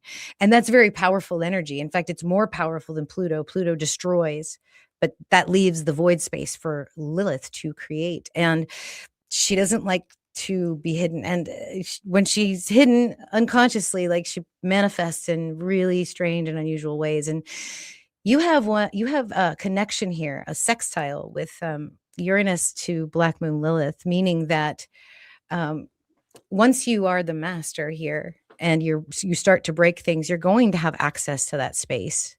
So that wounding, that childhood wounding, may come up for you in your private moments. And the deal here with Uranus making this connection is there's no judgment there. Like, the shit that happened is what it is. Like, we got to forgive, we got to forget, we got to stand powerful and stand strong. This is very wise Black Moon Lilith energy. Like, it is the void inside the void, and it's in your 4th house, which is mother, which is home, which is your deep, like, the really private subconscious part of yourself. Well, I'll tell you this, she passed away 2 years ago, about 2.5 years ago.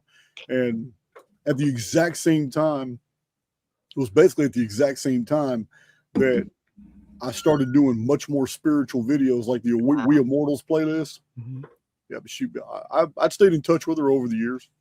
That's amazing. It's actually in contact with Chiron. This is the wounded healer teacher. It's associated with the Ophiuchus Asclepius energy. It's in your 8th house, and the 8th house is the house of transformation, sex, death, and secrets. And Chiron in Pisces is the disconnection from spirit. That's the deep wound, right? So somewhere, either in a past life or when you were very young, you were severed from spirit, and maybe you saw the ugliness of the world and you thought to yourself, how in the world could there be a God with all this ugliness, or whatever it is that you witnessed or were a party to?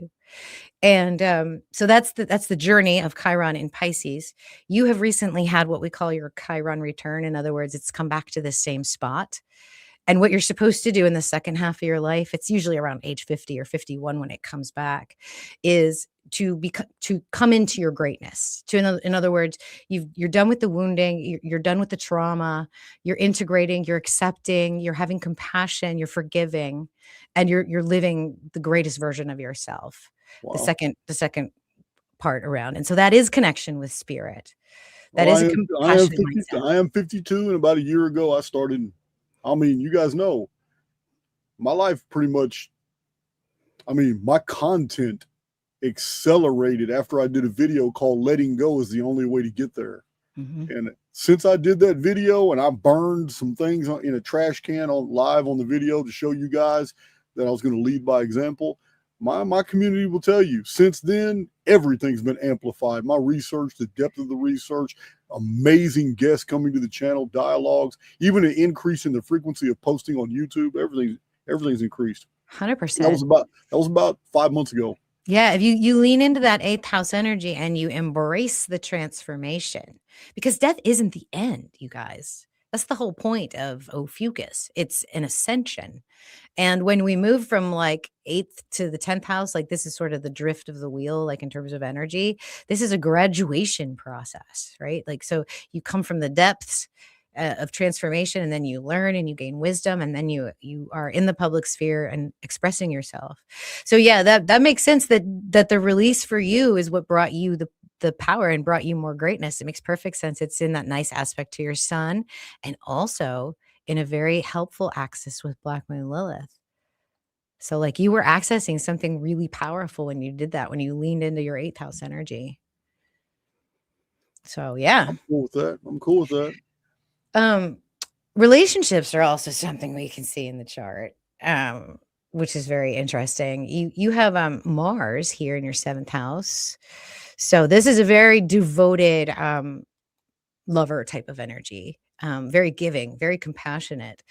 But it's got some square energies here. Mars in Pisces in general is like the spiritual warrior, right? You're not going to immediately like throw the first punch. You're going to take a few punches. You're going to sort of watch what's happening, and then you're going to deliver that sort of lethal or equitable, measured response. That's what that Mars would do there, because it's not out for blood. It's in Pisces, it's more chill. It's like, okay, yeah, I've done that battle. I'm good. I'm just going to sit over here and be the wise warrior. You know, that's sort of Mars energy. And to have that in your relationship, the 7th house is very much can also be our parents when we're young. And so there was a direct conflict with your parental energy when you were young. It's 7th, 4th house. This doesn't get any closer to home. It's like mom and dad like caused me some anxiety, and you can see that. It Well, also squares it. that is a part of my story. Let me just I want to just finish this thought, and then I'm going to tell you how to find the perfect person for you. If you're interested in that. You will have much stress and lessons if you mix the relationship with work. Because they're the square energy. This is it. They're looking sideways at each other. The sun, the work, how you show up I in have public. already been down and learned from that road. Yeah. I already ended a 2-year relationship with somebody who I let all in my business. Yeah. Yeah, that's always going to end up in a struggle. And that's cool. Like struggles are cool, but you know, they get tiring. They drain your energy. And if you've learned the lesson, then you don't have to do that anymore. You can use this energy as a protector. You can make sure that you have boundaries around what's allowed into that business space through Mars being here.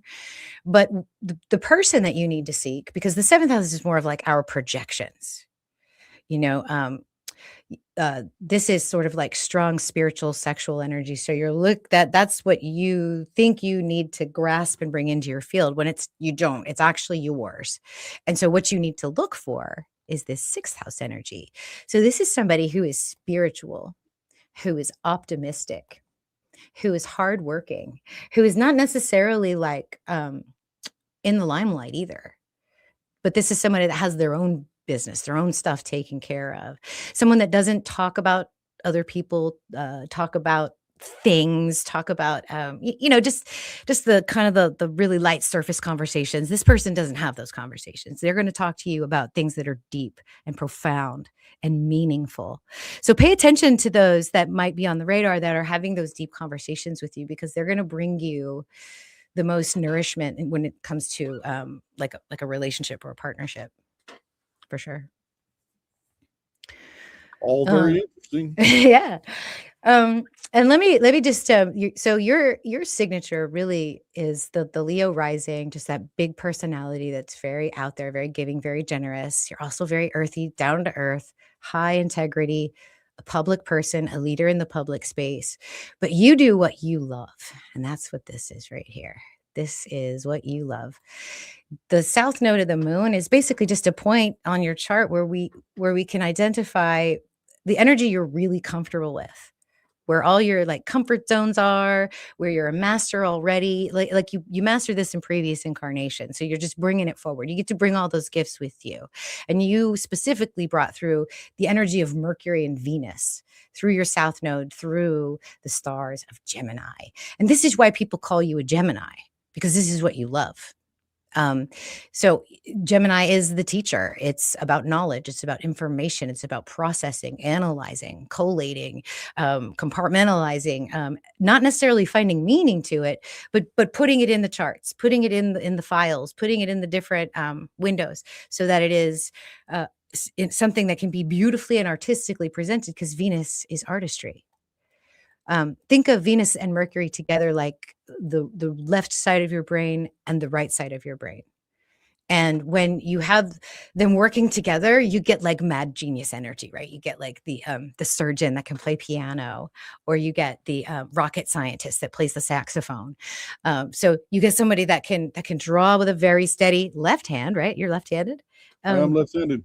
Yeah, draw with a steady left hand these beautiful charts that bring in information from everywhere. That's what you're good at. You can think spatially and sequentially, and that's what Venus and Mercury do together.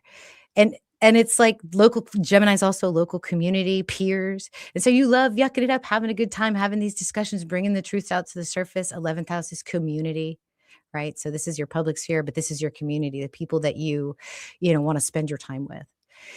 Now, it points to, in opposition, the space on the chart that is your destiny. This is what is going to wake you up every day. And this is the pursuit of truth and knowledge in Sagittarius. That's all this is. This is finding that nirvana of knowledge, which is probably like your heaven is probably like every single old book that you could ever, like you probably would want in heaven to have the Library of Alexandria so that you could prove it to yourself, everything that you've pieced out from all the remnants that we have. And that would be sort of your heaven. But this is literally reaching heaven through that higher knowledge, and it's in your 5th house, which is the house of joy, play, fun, gambling.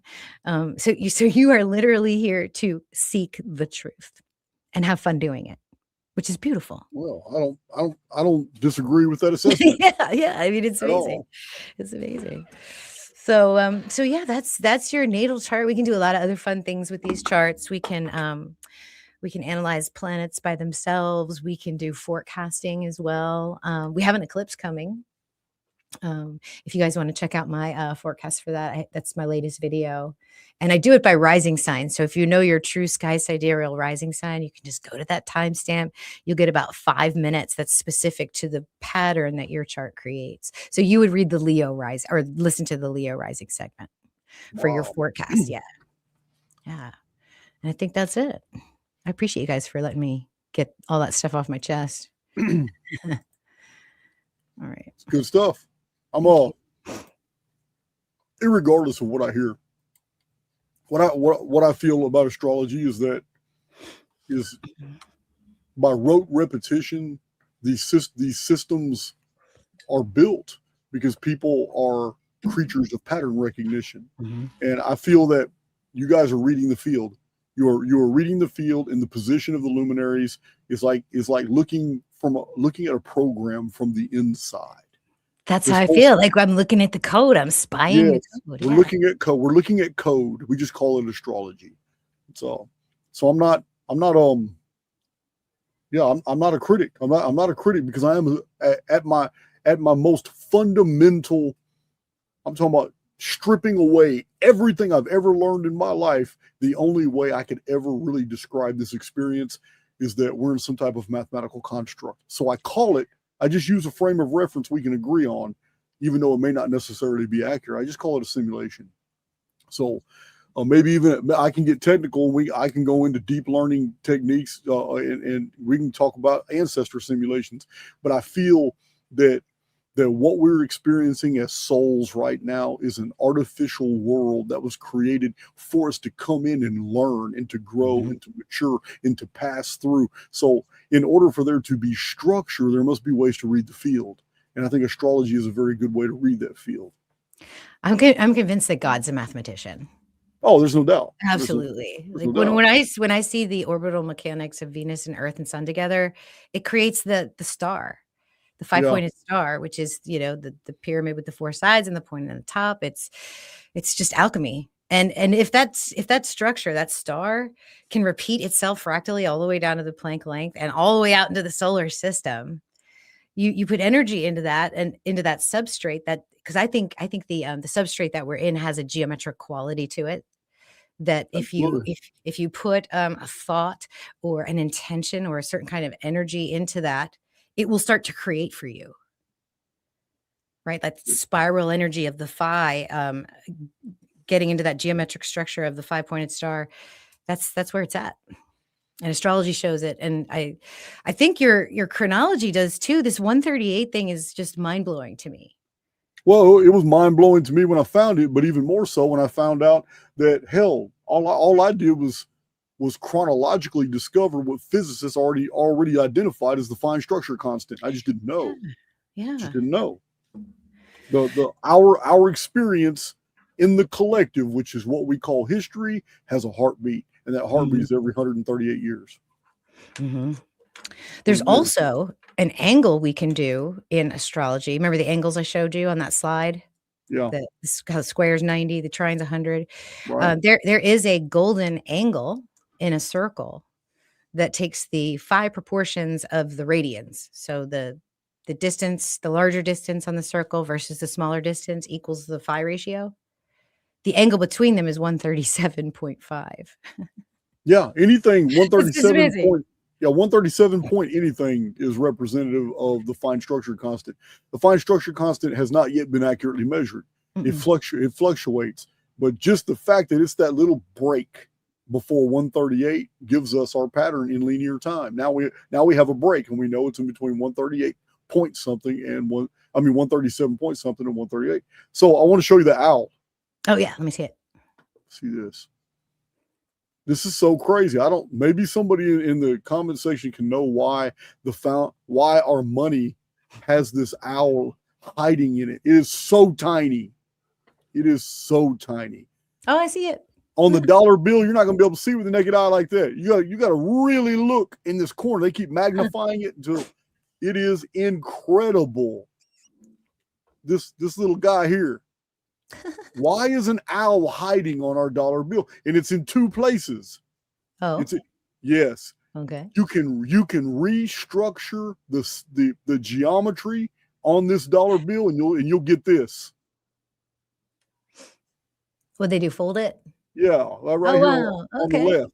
On the left. So it's just crazy. Can anybody answer why there's an owl hidden on the dollar bill? We can look at the spiritual significance of the owl. Let's see. Well, I don't know. It's not the only U.S. money. We had an old $2 bill that had an owl on it too. Let's see. Spiritual significance. I don't know if it's something, because a lot, you already know a lot of the Archaix data. What got my channel popular is you're not going to be able to Google a lot of the information I pull out of these old books. Well, I can give you what it might mean, in terms of energy, maybe that's what. So, seeing what is hidden, wisdom earned through experience, strategic awareness rather than impulsive action. So it could be an ancestral connection, warnings that require attention. Now, you do know the owl is used in the Bohemian Grove as a symbol, and the Bohemian Grove doesn't have anything good happening there. Oh, I did not know that. Yeah, there's all kinds of. The shadow side of the owl energy is isolation, over-identification with hidden knowledge, seeing danger everywhere, and fear. Wow. It doesn't look good. It doesn't look warm and fuzzy.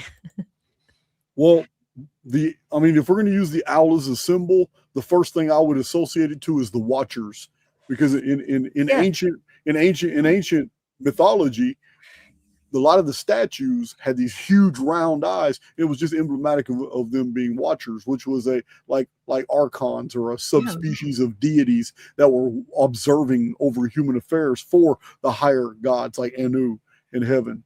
Watchers also figure prominently in the Enochian books, the Enochian texts, but those are all rabbinical. Book of Enoch, Book of the Secrets of Enoch, Third Enoch, those are all rabbinical, but they were big on the the rabbis really big in banking too, so there could be a connection. There could be. Also interesting about owls is their eyes are forward, whereas other birds, they're on the side. So, Yes, but they're what makes the owl a very unpleasant creature is that when it eats its food, after the stomach acids have broke it up a little bit, it regurgitates it, and then it lets it sit on the ground for a while before it then picks that up and eats it again. It's absolutely disgusting. Absolutely disgusting. That's why I couldn't have a pet owl. Every time that pet owl's going to go to feed, and I'm going to be throwing up. I'm gone. I'm done. Yeah, I can't do vomit. I can do a lot of different body fluids, but vomit's a hard one. Yes, So is earwax. It's like sneezing. Sneeze around me, I'm probably gonna sneeze too. Yawn around me, I'm probably gonna. It's like there's some type of sympathetic magic going on between avatars. It's you yawn, you sneeze, I am too. You go throwing up. Yeah, You feel it. Yeah, it's a sympathetic feeling. Yeah, I can't clean up dog puke. I can't do it. I get like, oh no, stop. Yeah, man, the dollar looks like reptile skin. Oh, I didn't even make that connection. Wow. So I don't know, man. Somebody said association of Minerva, but I would have to see what Minerva would simplify. It's just it's a mystery, man. Why would you hide that owl in the dollar bill? I don't know. Let's see if there's an owl constellation. There might be. Cyber Chick says she was just recently on the channel doing a Phoenix presentation. Oh, Cheryl, who did that presentation? Yeah, oh my God, she's here? Yeah, Cyber Chick.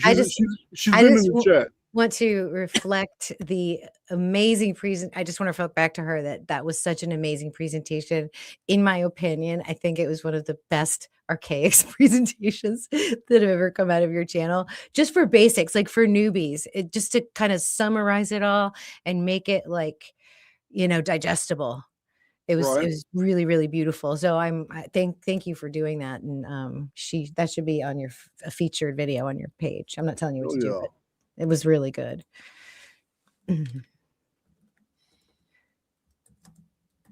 So Friday we're going live, and I already have the questions because the Facebook Archaix community is rather large, and I don't have access to Facebook anymore. So I'm telling the chat right now that I haven't had access to Facebook. I have admins and I have people on the Archaix team that govern over all that.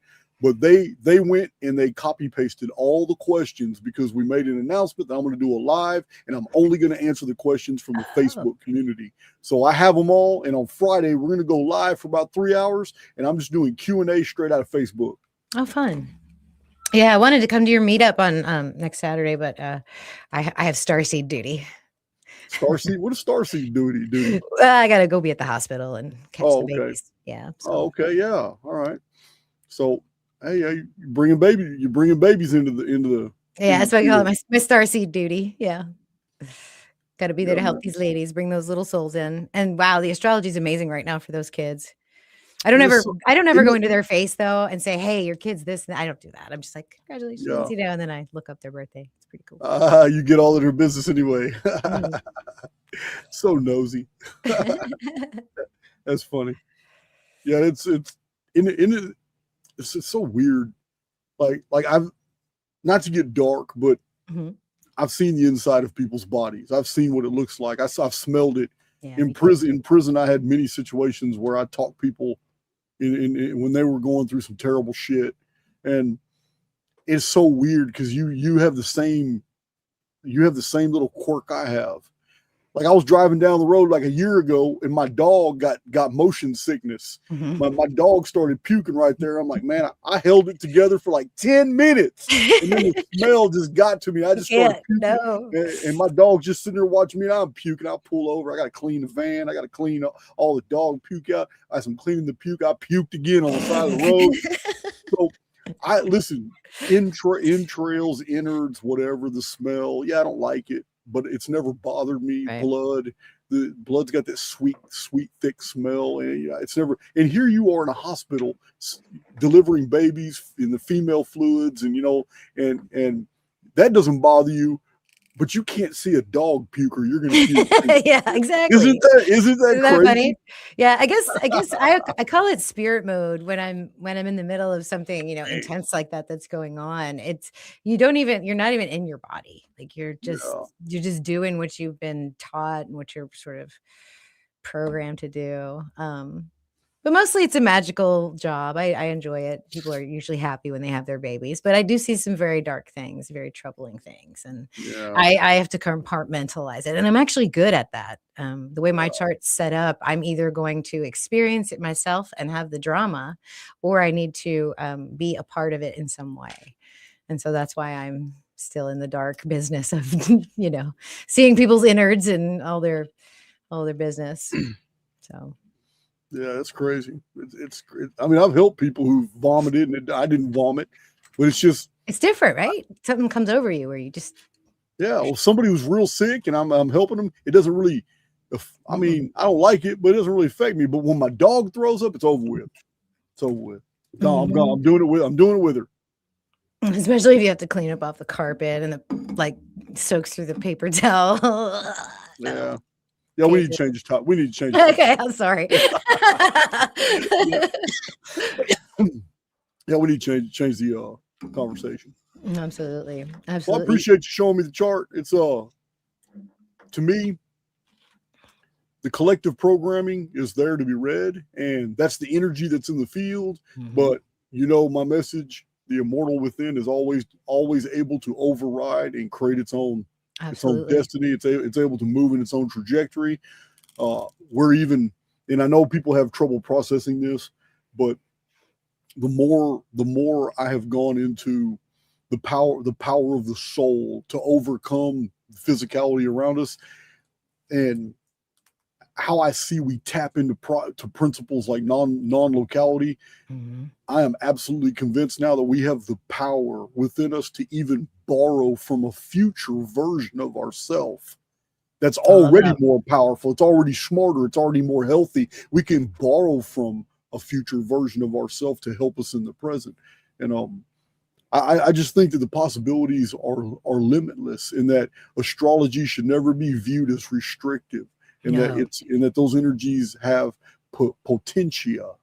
And you know what it is? Similar to the Kabbalah tree of life, where it's not like the structure of the universe. It's not some sort of structure you have to adhere to. It helps you put unnamed angstful energy into something that is named, something that you can look at, something you can analyze, something you can separate yourself from. And instead of saying, why is this happening to me? Say, what have I learned from it? It's amazing the transformation people can make when they have that connection. It's really, really astounding. Absolutely. And so I teach folks, I teach them how to use it, how to watch the sky, not just the chart, but how to work with the lunar cycles, because it's always moving, right?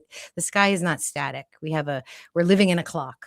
We're living in computer code that's just constantly cycling. And, when we can use the lunar cycles, for example, the new moon is a reset. The full moon is the culmination of that cycle, and it ebbs and it flows, right? It comes forward and backward. And so you can work out your own energy with that if you know how you work with the moon. So the first thing I always recommend people do is just follow the lunar cycles. Know where the moon is every day.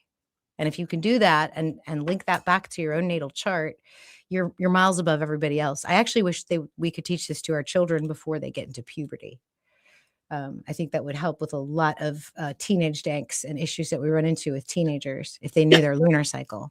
Can you imagine how the world would be today if, like in the 1940s or 50s, we had put like astrology 101, advanced astrology, and then whatever the third version of advanced astrology would be as a part of our syllabuses in high school or college. Right. And how different the world would be if we actually taught this. Like astrology 101 would be taught to everybody, either right. Junior high or high school. And in high school, you could have an elective in advanced astrology. And then whatever a third advanced would be called. In Archaix, when I took it to another level about 5 years ago in Archaix, I called it Archaix 2.0. Right. And then I went to Archaix 3.0, and then now we're in Archaix 4.0. So there's going to be so many versions of it. You're going to have to stop keeping count. I'm never going to stop. I'm never going to stop. Yeah, no, I have over the years done the way that I've been doing it is I've been teaching a live class. So I'll learn something really amazing, or I'll say people need to know this, and I'll say who wants to join me on Saturday morning for 3 hours? We're going to talk about this, and that's how I've been building my my school. Once I got all the basics built, then now I offer like an actual semester of school. You can get in there and you can dive into like 70 hours of my pre-recorded lectures. There's meditations that I created on every single planet, every single constellation. It's like true embodiment of the energy. I teach you how to watch your cycles, and then we learn how to go over charts. And people that are obsessed with astrology love it. They really have a good time going through that program. So we just started actually on Monday for the spring. Damn.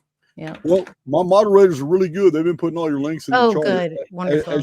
So they'll be there forever. And if whatever you want to, you want to sign out, and whatever, you got any final words for my community? They all know who you are, but yeah. Well, I'm sorry I'll miss you guys next Saturday, but you know, I'd love to have you come onto my channel, Jason, and do a presentation on I am not in control of my calendar. I will reach out to John. You got to reach out to Big John. I didn't even know I had 2 astrology videos back to back. It caught me totally flat-footed. Didn't even know. John did. He said, "Man, dude," because I give him a calendar like 3 months in advance, and there's already days on the calendar where they're off limits. He knows he can't schedule me for any of these days because I'll have other things going on in my life, but everything else is open. So I just got to check every 3 or 4 days. I get caught flat-footed finding out I'm about to do this live. I don't know, man. My life is not as organized as I pretend it to be. Right. Well, I don't think it could have been planned more perfectly, to be honest with you. So I'm just glad to be here and to be with the Arents once again. You guys are so wonderful and so kind, and I appreciate each and every one of you for your kind words on my videos. Thank you all so much. It's so nice. And hope you guys have a good time. And if anybody has any questions, you guys can email me or reach out if you want to get into some astrology. I'm happy to teach you. Like I said, I'm not trying to push a belief system here. You can believe whatever you want. But if you want to do the science of astrology, people like me and me are teaching it that way. So awesome sauce. Awesome sauce. Well, thank you. Thank you, Big John. Thank you, moderators. Thank you, everybody that came over for my channel to mix with you guys. And I guess we'll see you around. I'll invite you over to my channel. We'll do if you could do the history of astrology, like the real history of astrology. Are you sure you want me to? I want it. Yes. I'll be coming with my charts and everything. Yes, please. Right. I think it would be very enlightening, and I would be excited to have you, and I'm sure my community would adore you. So I would definitely do that, and I want to personally thank you before you make your exit for only giving us the tip. Yeah, when you said that, I almost fell out of my chair. Yeah. Well, I try to keep my presentations light and enjoyable because ultimately we're all here to, play the game and try to enjoy it a little bit. Don't take yourself so seriously. Don't take your beliefs so seriously because they're bound to change. And definitely don't take me or Jason too seriously. You got to find out what works for you. Absolutely. All right. Until next time, Dani. All right, friends. Much love. Thank you. She's got great energy. Absolutely. I think it's her 3rd time being on the channel, I believe. But I'll definitely go on her channel and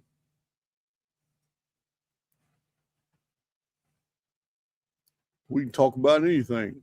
So, do I have any announcements? Friday, the Q&A for Facebook. Tomorrow I'm doing Cypher. I haven't really been pushing Underground lately or Cypher. You guys don't know when. We got big things going on in both groups. I've been so busy in my personal life because I'm on my very last academies. Do you have any idea how much work it takes to put together Archaix Academy? You guys have seen the first 26 courses because they're online. You can download them. You just can't imagine. Now I got 27, 28, 29, 30, 31, all the way up to 60, 65 or 66. I'm almost done. Now all the other ones are already put together too. I just haven't edited them. I haven't formatted them. I haven't PDF'd I haven't PDF'd them and put them into the actual drive. I will be done before the meetup next Saturday, but I work on it almost every single day. It's a lot. Archaix Academy is it. It is the 72 courses that you can have in your possession that will completely collapse every false narrative out there in the field right now. Now, I don't know, but any future false narratives show up, believe me, I'll provide further courses for those too. But right now, we're at 72 courses. So, yeah, anybody trying to do that younger dryas dating on anything, anybody trying to tell you about relative dating methods and how scientific they are, anybody trying to tell you about dinosaurs being 65 million years ago, every narrative out there that's being promoted in the field is false, and what all the true narratives are, and where we get the actual verifiable data. And all my chronological material, you can verify it with the calculator. If something's not simple, it's probably not true. So anyway, I've been super busy. But tomorrow I'm going my second private video in the Cypher group before we do a major. We're back tested the entire NFL season. That's all we were waiting on was the Super Bowl. Get this NFL out of the way, because there's so many of us in the Cypher group that we're using date sequence predictive analytics software, and we're all using our own different methods, and we're all recording what's working, what's not, but nothing really matters until the season's over with, and we can use the software with a very rigid set system of rules that we never deviate from, and we go through each week. It's called backtesting, and we have already made amazing discoveries. Amazing. If you don't think you can predict the future, you haven't been listening to Archaix very long. So this is what we're doing in Cypher. And in Underground, we're doing a lot of live videos. They're really high quality. These live videos on Archaix are great. They really are. But we charge $5.52 for you to be a member of Underground. And when you get in there, you will be overwhelmed with everything that you have access to, and all the people that are in the private chats and and there's so much community action in the Underground. But what we do is we do 3-hour live videos every Tuesday. And it's not like Archaix where we have 3,000 people in the chat, 2,000 people in the chat, 1,000 people in the chat. It's just a couple hundred. And and people, and everybody comes on the screen. Got a question? Come on the screen. And it's a much more personalized atmosphere. But I haven't been pushing Underground because I'm too busy. I'm just trying to get Academy out of the way. I haven't been pushing Cypher, although we're still welcoming people. I just don't advertise it. But it's over. Trying to put an Academy together is not easy. I'm not complaining. I'm just telling you, it's really monopolized all my free time. It's why I have all this hair on my face. Yeah, it's why I'm looking haggard. So anyway, I'm getting it done. And for 2 days, if you haven't bought tickets to the Houston meetup yet, I'm going to put them, they're in the description box. I'm going to put them in the pinned comment. This is 2 days. I haven't increased the ticket price. It's still $138. And normally it was $138 for 1 day meetup, and then we all go to a restaurant at night. But now this time it's 2 full days, and we've got all kinds of stuff going on there. Free raffles. I've got some amazing leather work. You guys know where it came from. We'll be raffling that off in there, giving out free stuff like we always do. I'll sign books, take pictures, but it's just going to be informal. I'm not giving a whole bunch of presentations. It's just an informal get together, which is a whole new way of doing a meetup. Instead of me getting up there and pontificating about why somebody's wrong about something, I'm not doing that. It's just us hanging out. And I am going to give a small presentation. I think we're going to film it, where I'm going to show you how to research and how fast you can actually put a book together. So anyway, aside from that, man, I don't really have much to. So we do have a couple of videos coming. One of them is I'm going to do after the Facebook Friday Facebook Q&A. I believe Sunday I'm going to do a book. A video. I haven't figured out which one, but you got 2 videos coming. The next 2 videos, one of them is either going to be about megalithic architecture and how the new convergence field, giant reptiles, giant amphibians, dangerous animals, opens our eyes up to the mysteries of the megalithic world. All these guys showing these pictures of all these anomalies is fantastic, but there's no one's able to put it into a historical context because nothing makes sense. They weren't used for warfare. They weren't used to keep other people out. They wouldn't have served that purpose. Great Wall of China, we already found out in a previous video, it's really the Great Wall of Rome. It was the Silk Road. Everything is in Roman stadia. Everything is in Roman architectural principles. Chinese didn't even build like that. And that right there blew a lot of people's minds. So now we're going to look at it with fresh eyes.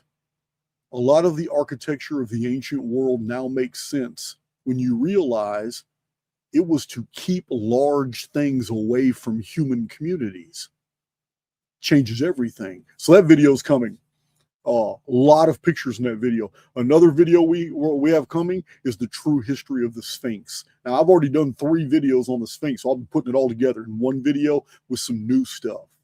Yeah, you guys already know I'm always twisting the dagger in those Egyptologists. They always pontificate. They always think they're coming from a pedestal where they're looking down on us and they got all this elite knowledge. Listen, man, these Egyptologists don't know shit. They don't. And I'm showing this to you guys all the time. It's all assumptions. There are no facts in here.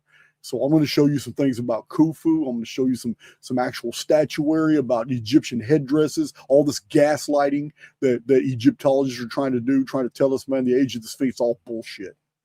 So go in there, and it's going to be a badass video on the Sphinx as well. We're going to go into Cerberus. We're going to go into the Aztec dog that guarded the gate of the underworld. We're going to go into the Egyptian Book of the Dead, and even the stele of Thutmose IV.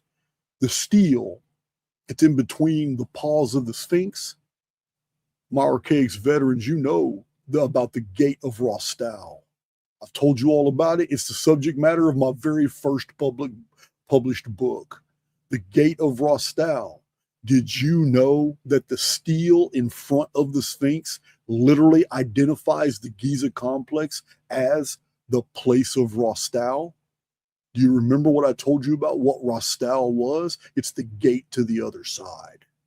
It's all right there at the Sphinx. We got a whole nother video coming on the Sphinx, another one on megalithic architecture using the new Nemesis X tertiary field data. We have an answer to. There's several critics. I think Jay Dyer's one, Gigi Young is one. Some woman in Gaia, I can't remember her name, but we're going to answer these people popping up in the field taking shots at simulation theory. We're going to see just how many shots they really want to take, because we got an arsenal of facts in support that we are indeed in some type of mathematical construct, aka a simulation. So we got some good videos on the way. You guys know I'm always got 500 videos in me. Never ends. So that was Dr. Dani. Her links are in the description box. Check her out. Cerberus means spotted. Okay. I'm going to show you some Aztec beliefs that's going to blow your mind about the Sphinx.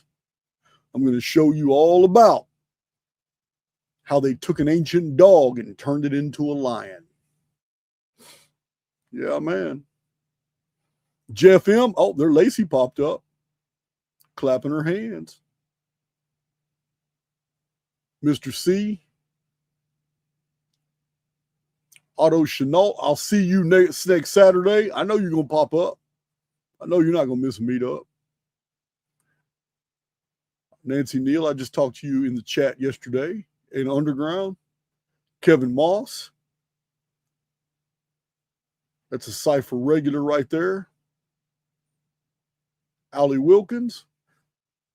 I got the greatest family of moderators, admins on social media. I really do, man. I really do. And this year, Archaix rising. And as I rise up, so will my admins and moderators, because I've already promised them. We're gonna take this flight together.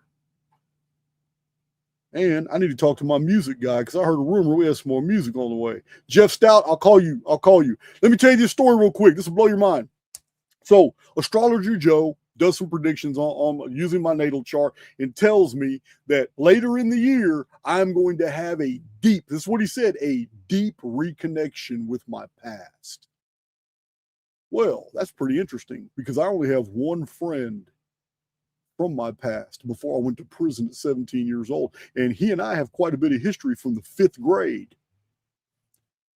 And then we went to school together in the 6th grade, in the 7th grade, in the 8th grade, and then, you know, in the 8th and 9th grade, we kind of hung out a whole lot. And then I ran away from home, and then we hung out even more. Yeah, because he kind of took me in, hid me from the police and everything, hid me from my dad. Yeah, it's all kinds of stuff. So anyway, Jeff Stout lives in Hawaii. He's got a big, beautiful family now.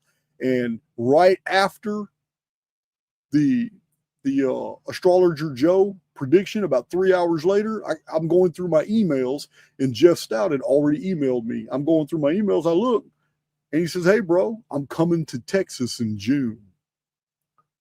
And I told him, I said, "Hey, man, here's my phone number. Here's what's going down. Listen, I'll call you soon. We got to connect. We're gonna make this happen because he's coming to Texas because this is where he's born and raised. If he's coming back to Texas with his family in June, you can rest assured I'm gonna put everything aside in my life in June and go wherever. He's going back to Bedford. I'm going up north to Bedford too. My brother lives up there." So anyway, right after Astrologer Joe said I was going to have a deep reconnection with my past, Jeff's the only one in my past. He is the only person in my entire life prior to me going to prison at 17 years old that I have any connection to at all, except for my family. So yeah, my sister Michelle, my brother Lewis, my dad Danny, who's always in the chat, and Jeff Stout. So it's so crazy. He's been in the chat this whole video. So it's just so crazy. Yeah, Astrologer Joe did nail that. He nailed that. Real time. So let's go ahead and get us a fun video. Go over here. All right. All right, guys. So tomorrow is Cypher. Thursday. Friday is YouTube right here live, but I'm only answering questions from the Facebook group.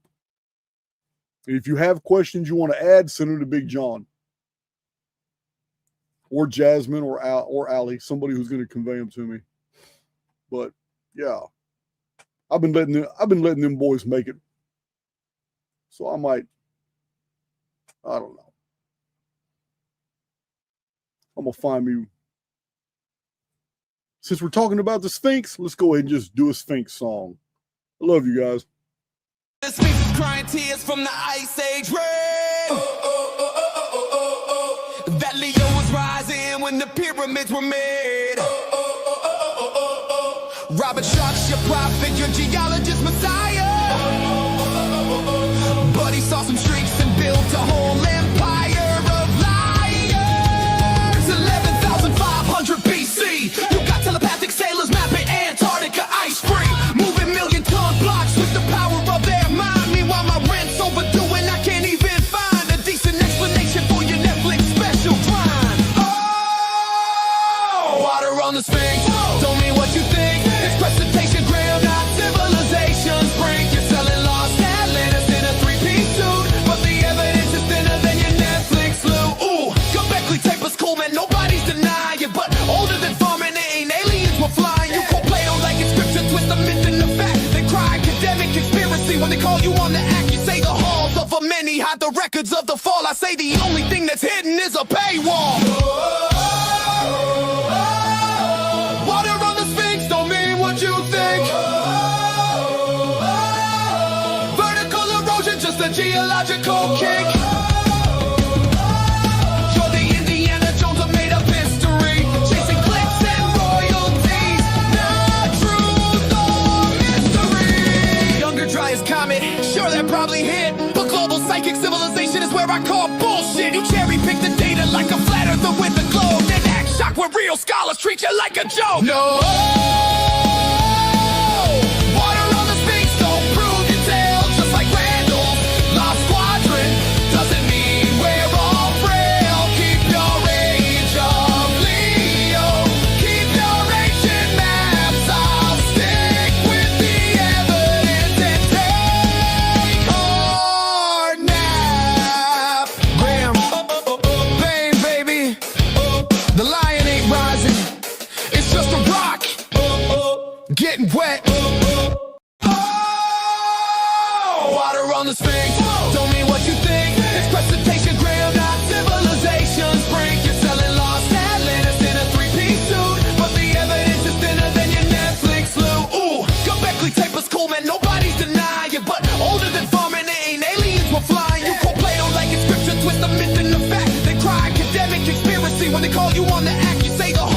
many hide the records of the fall. I say the only thing that's hidden is a paywall.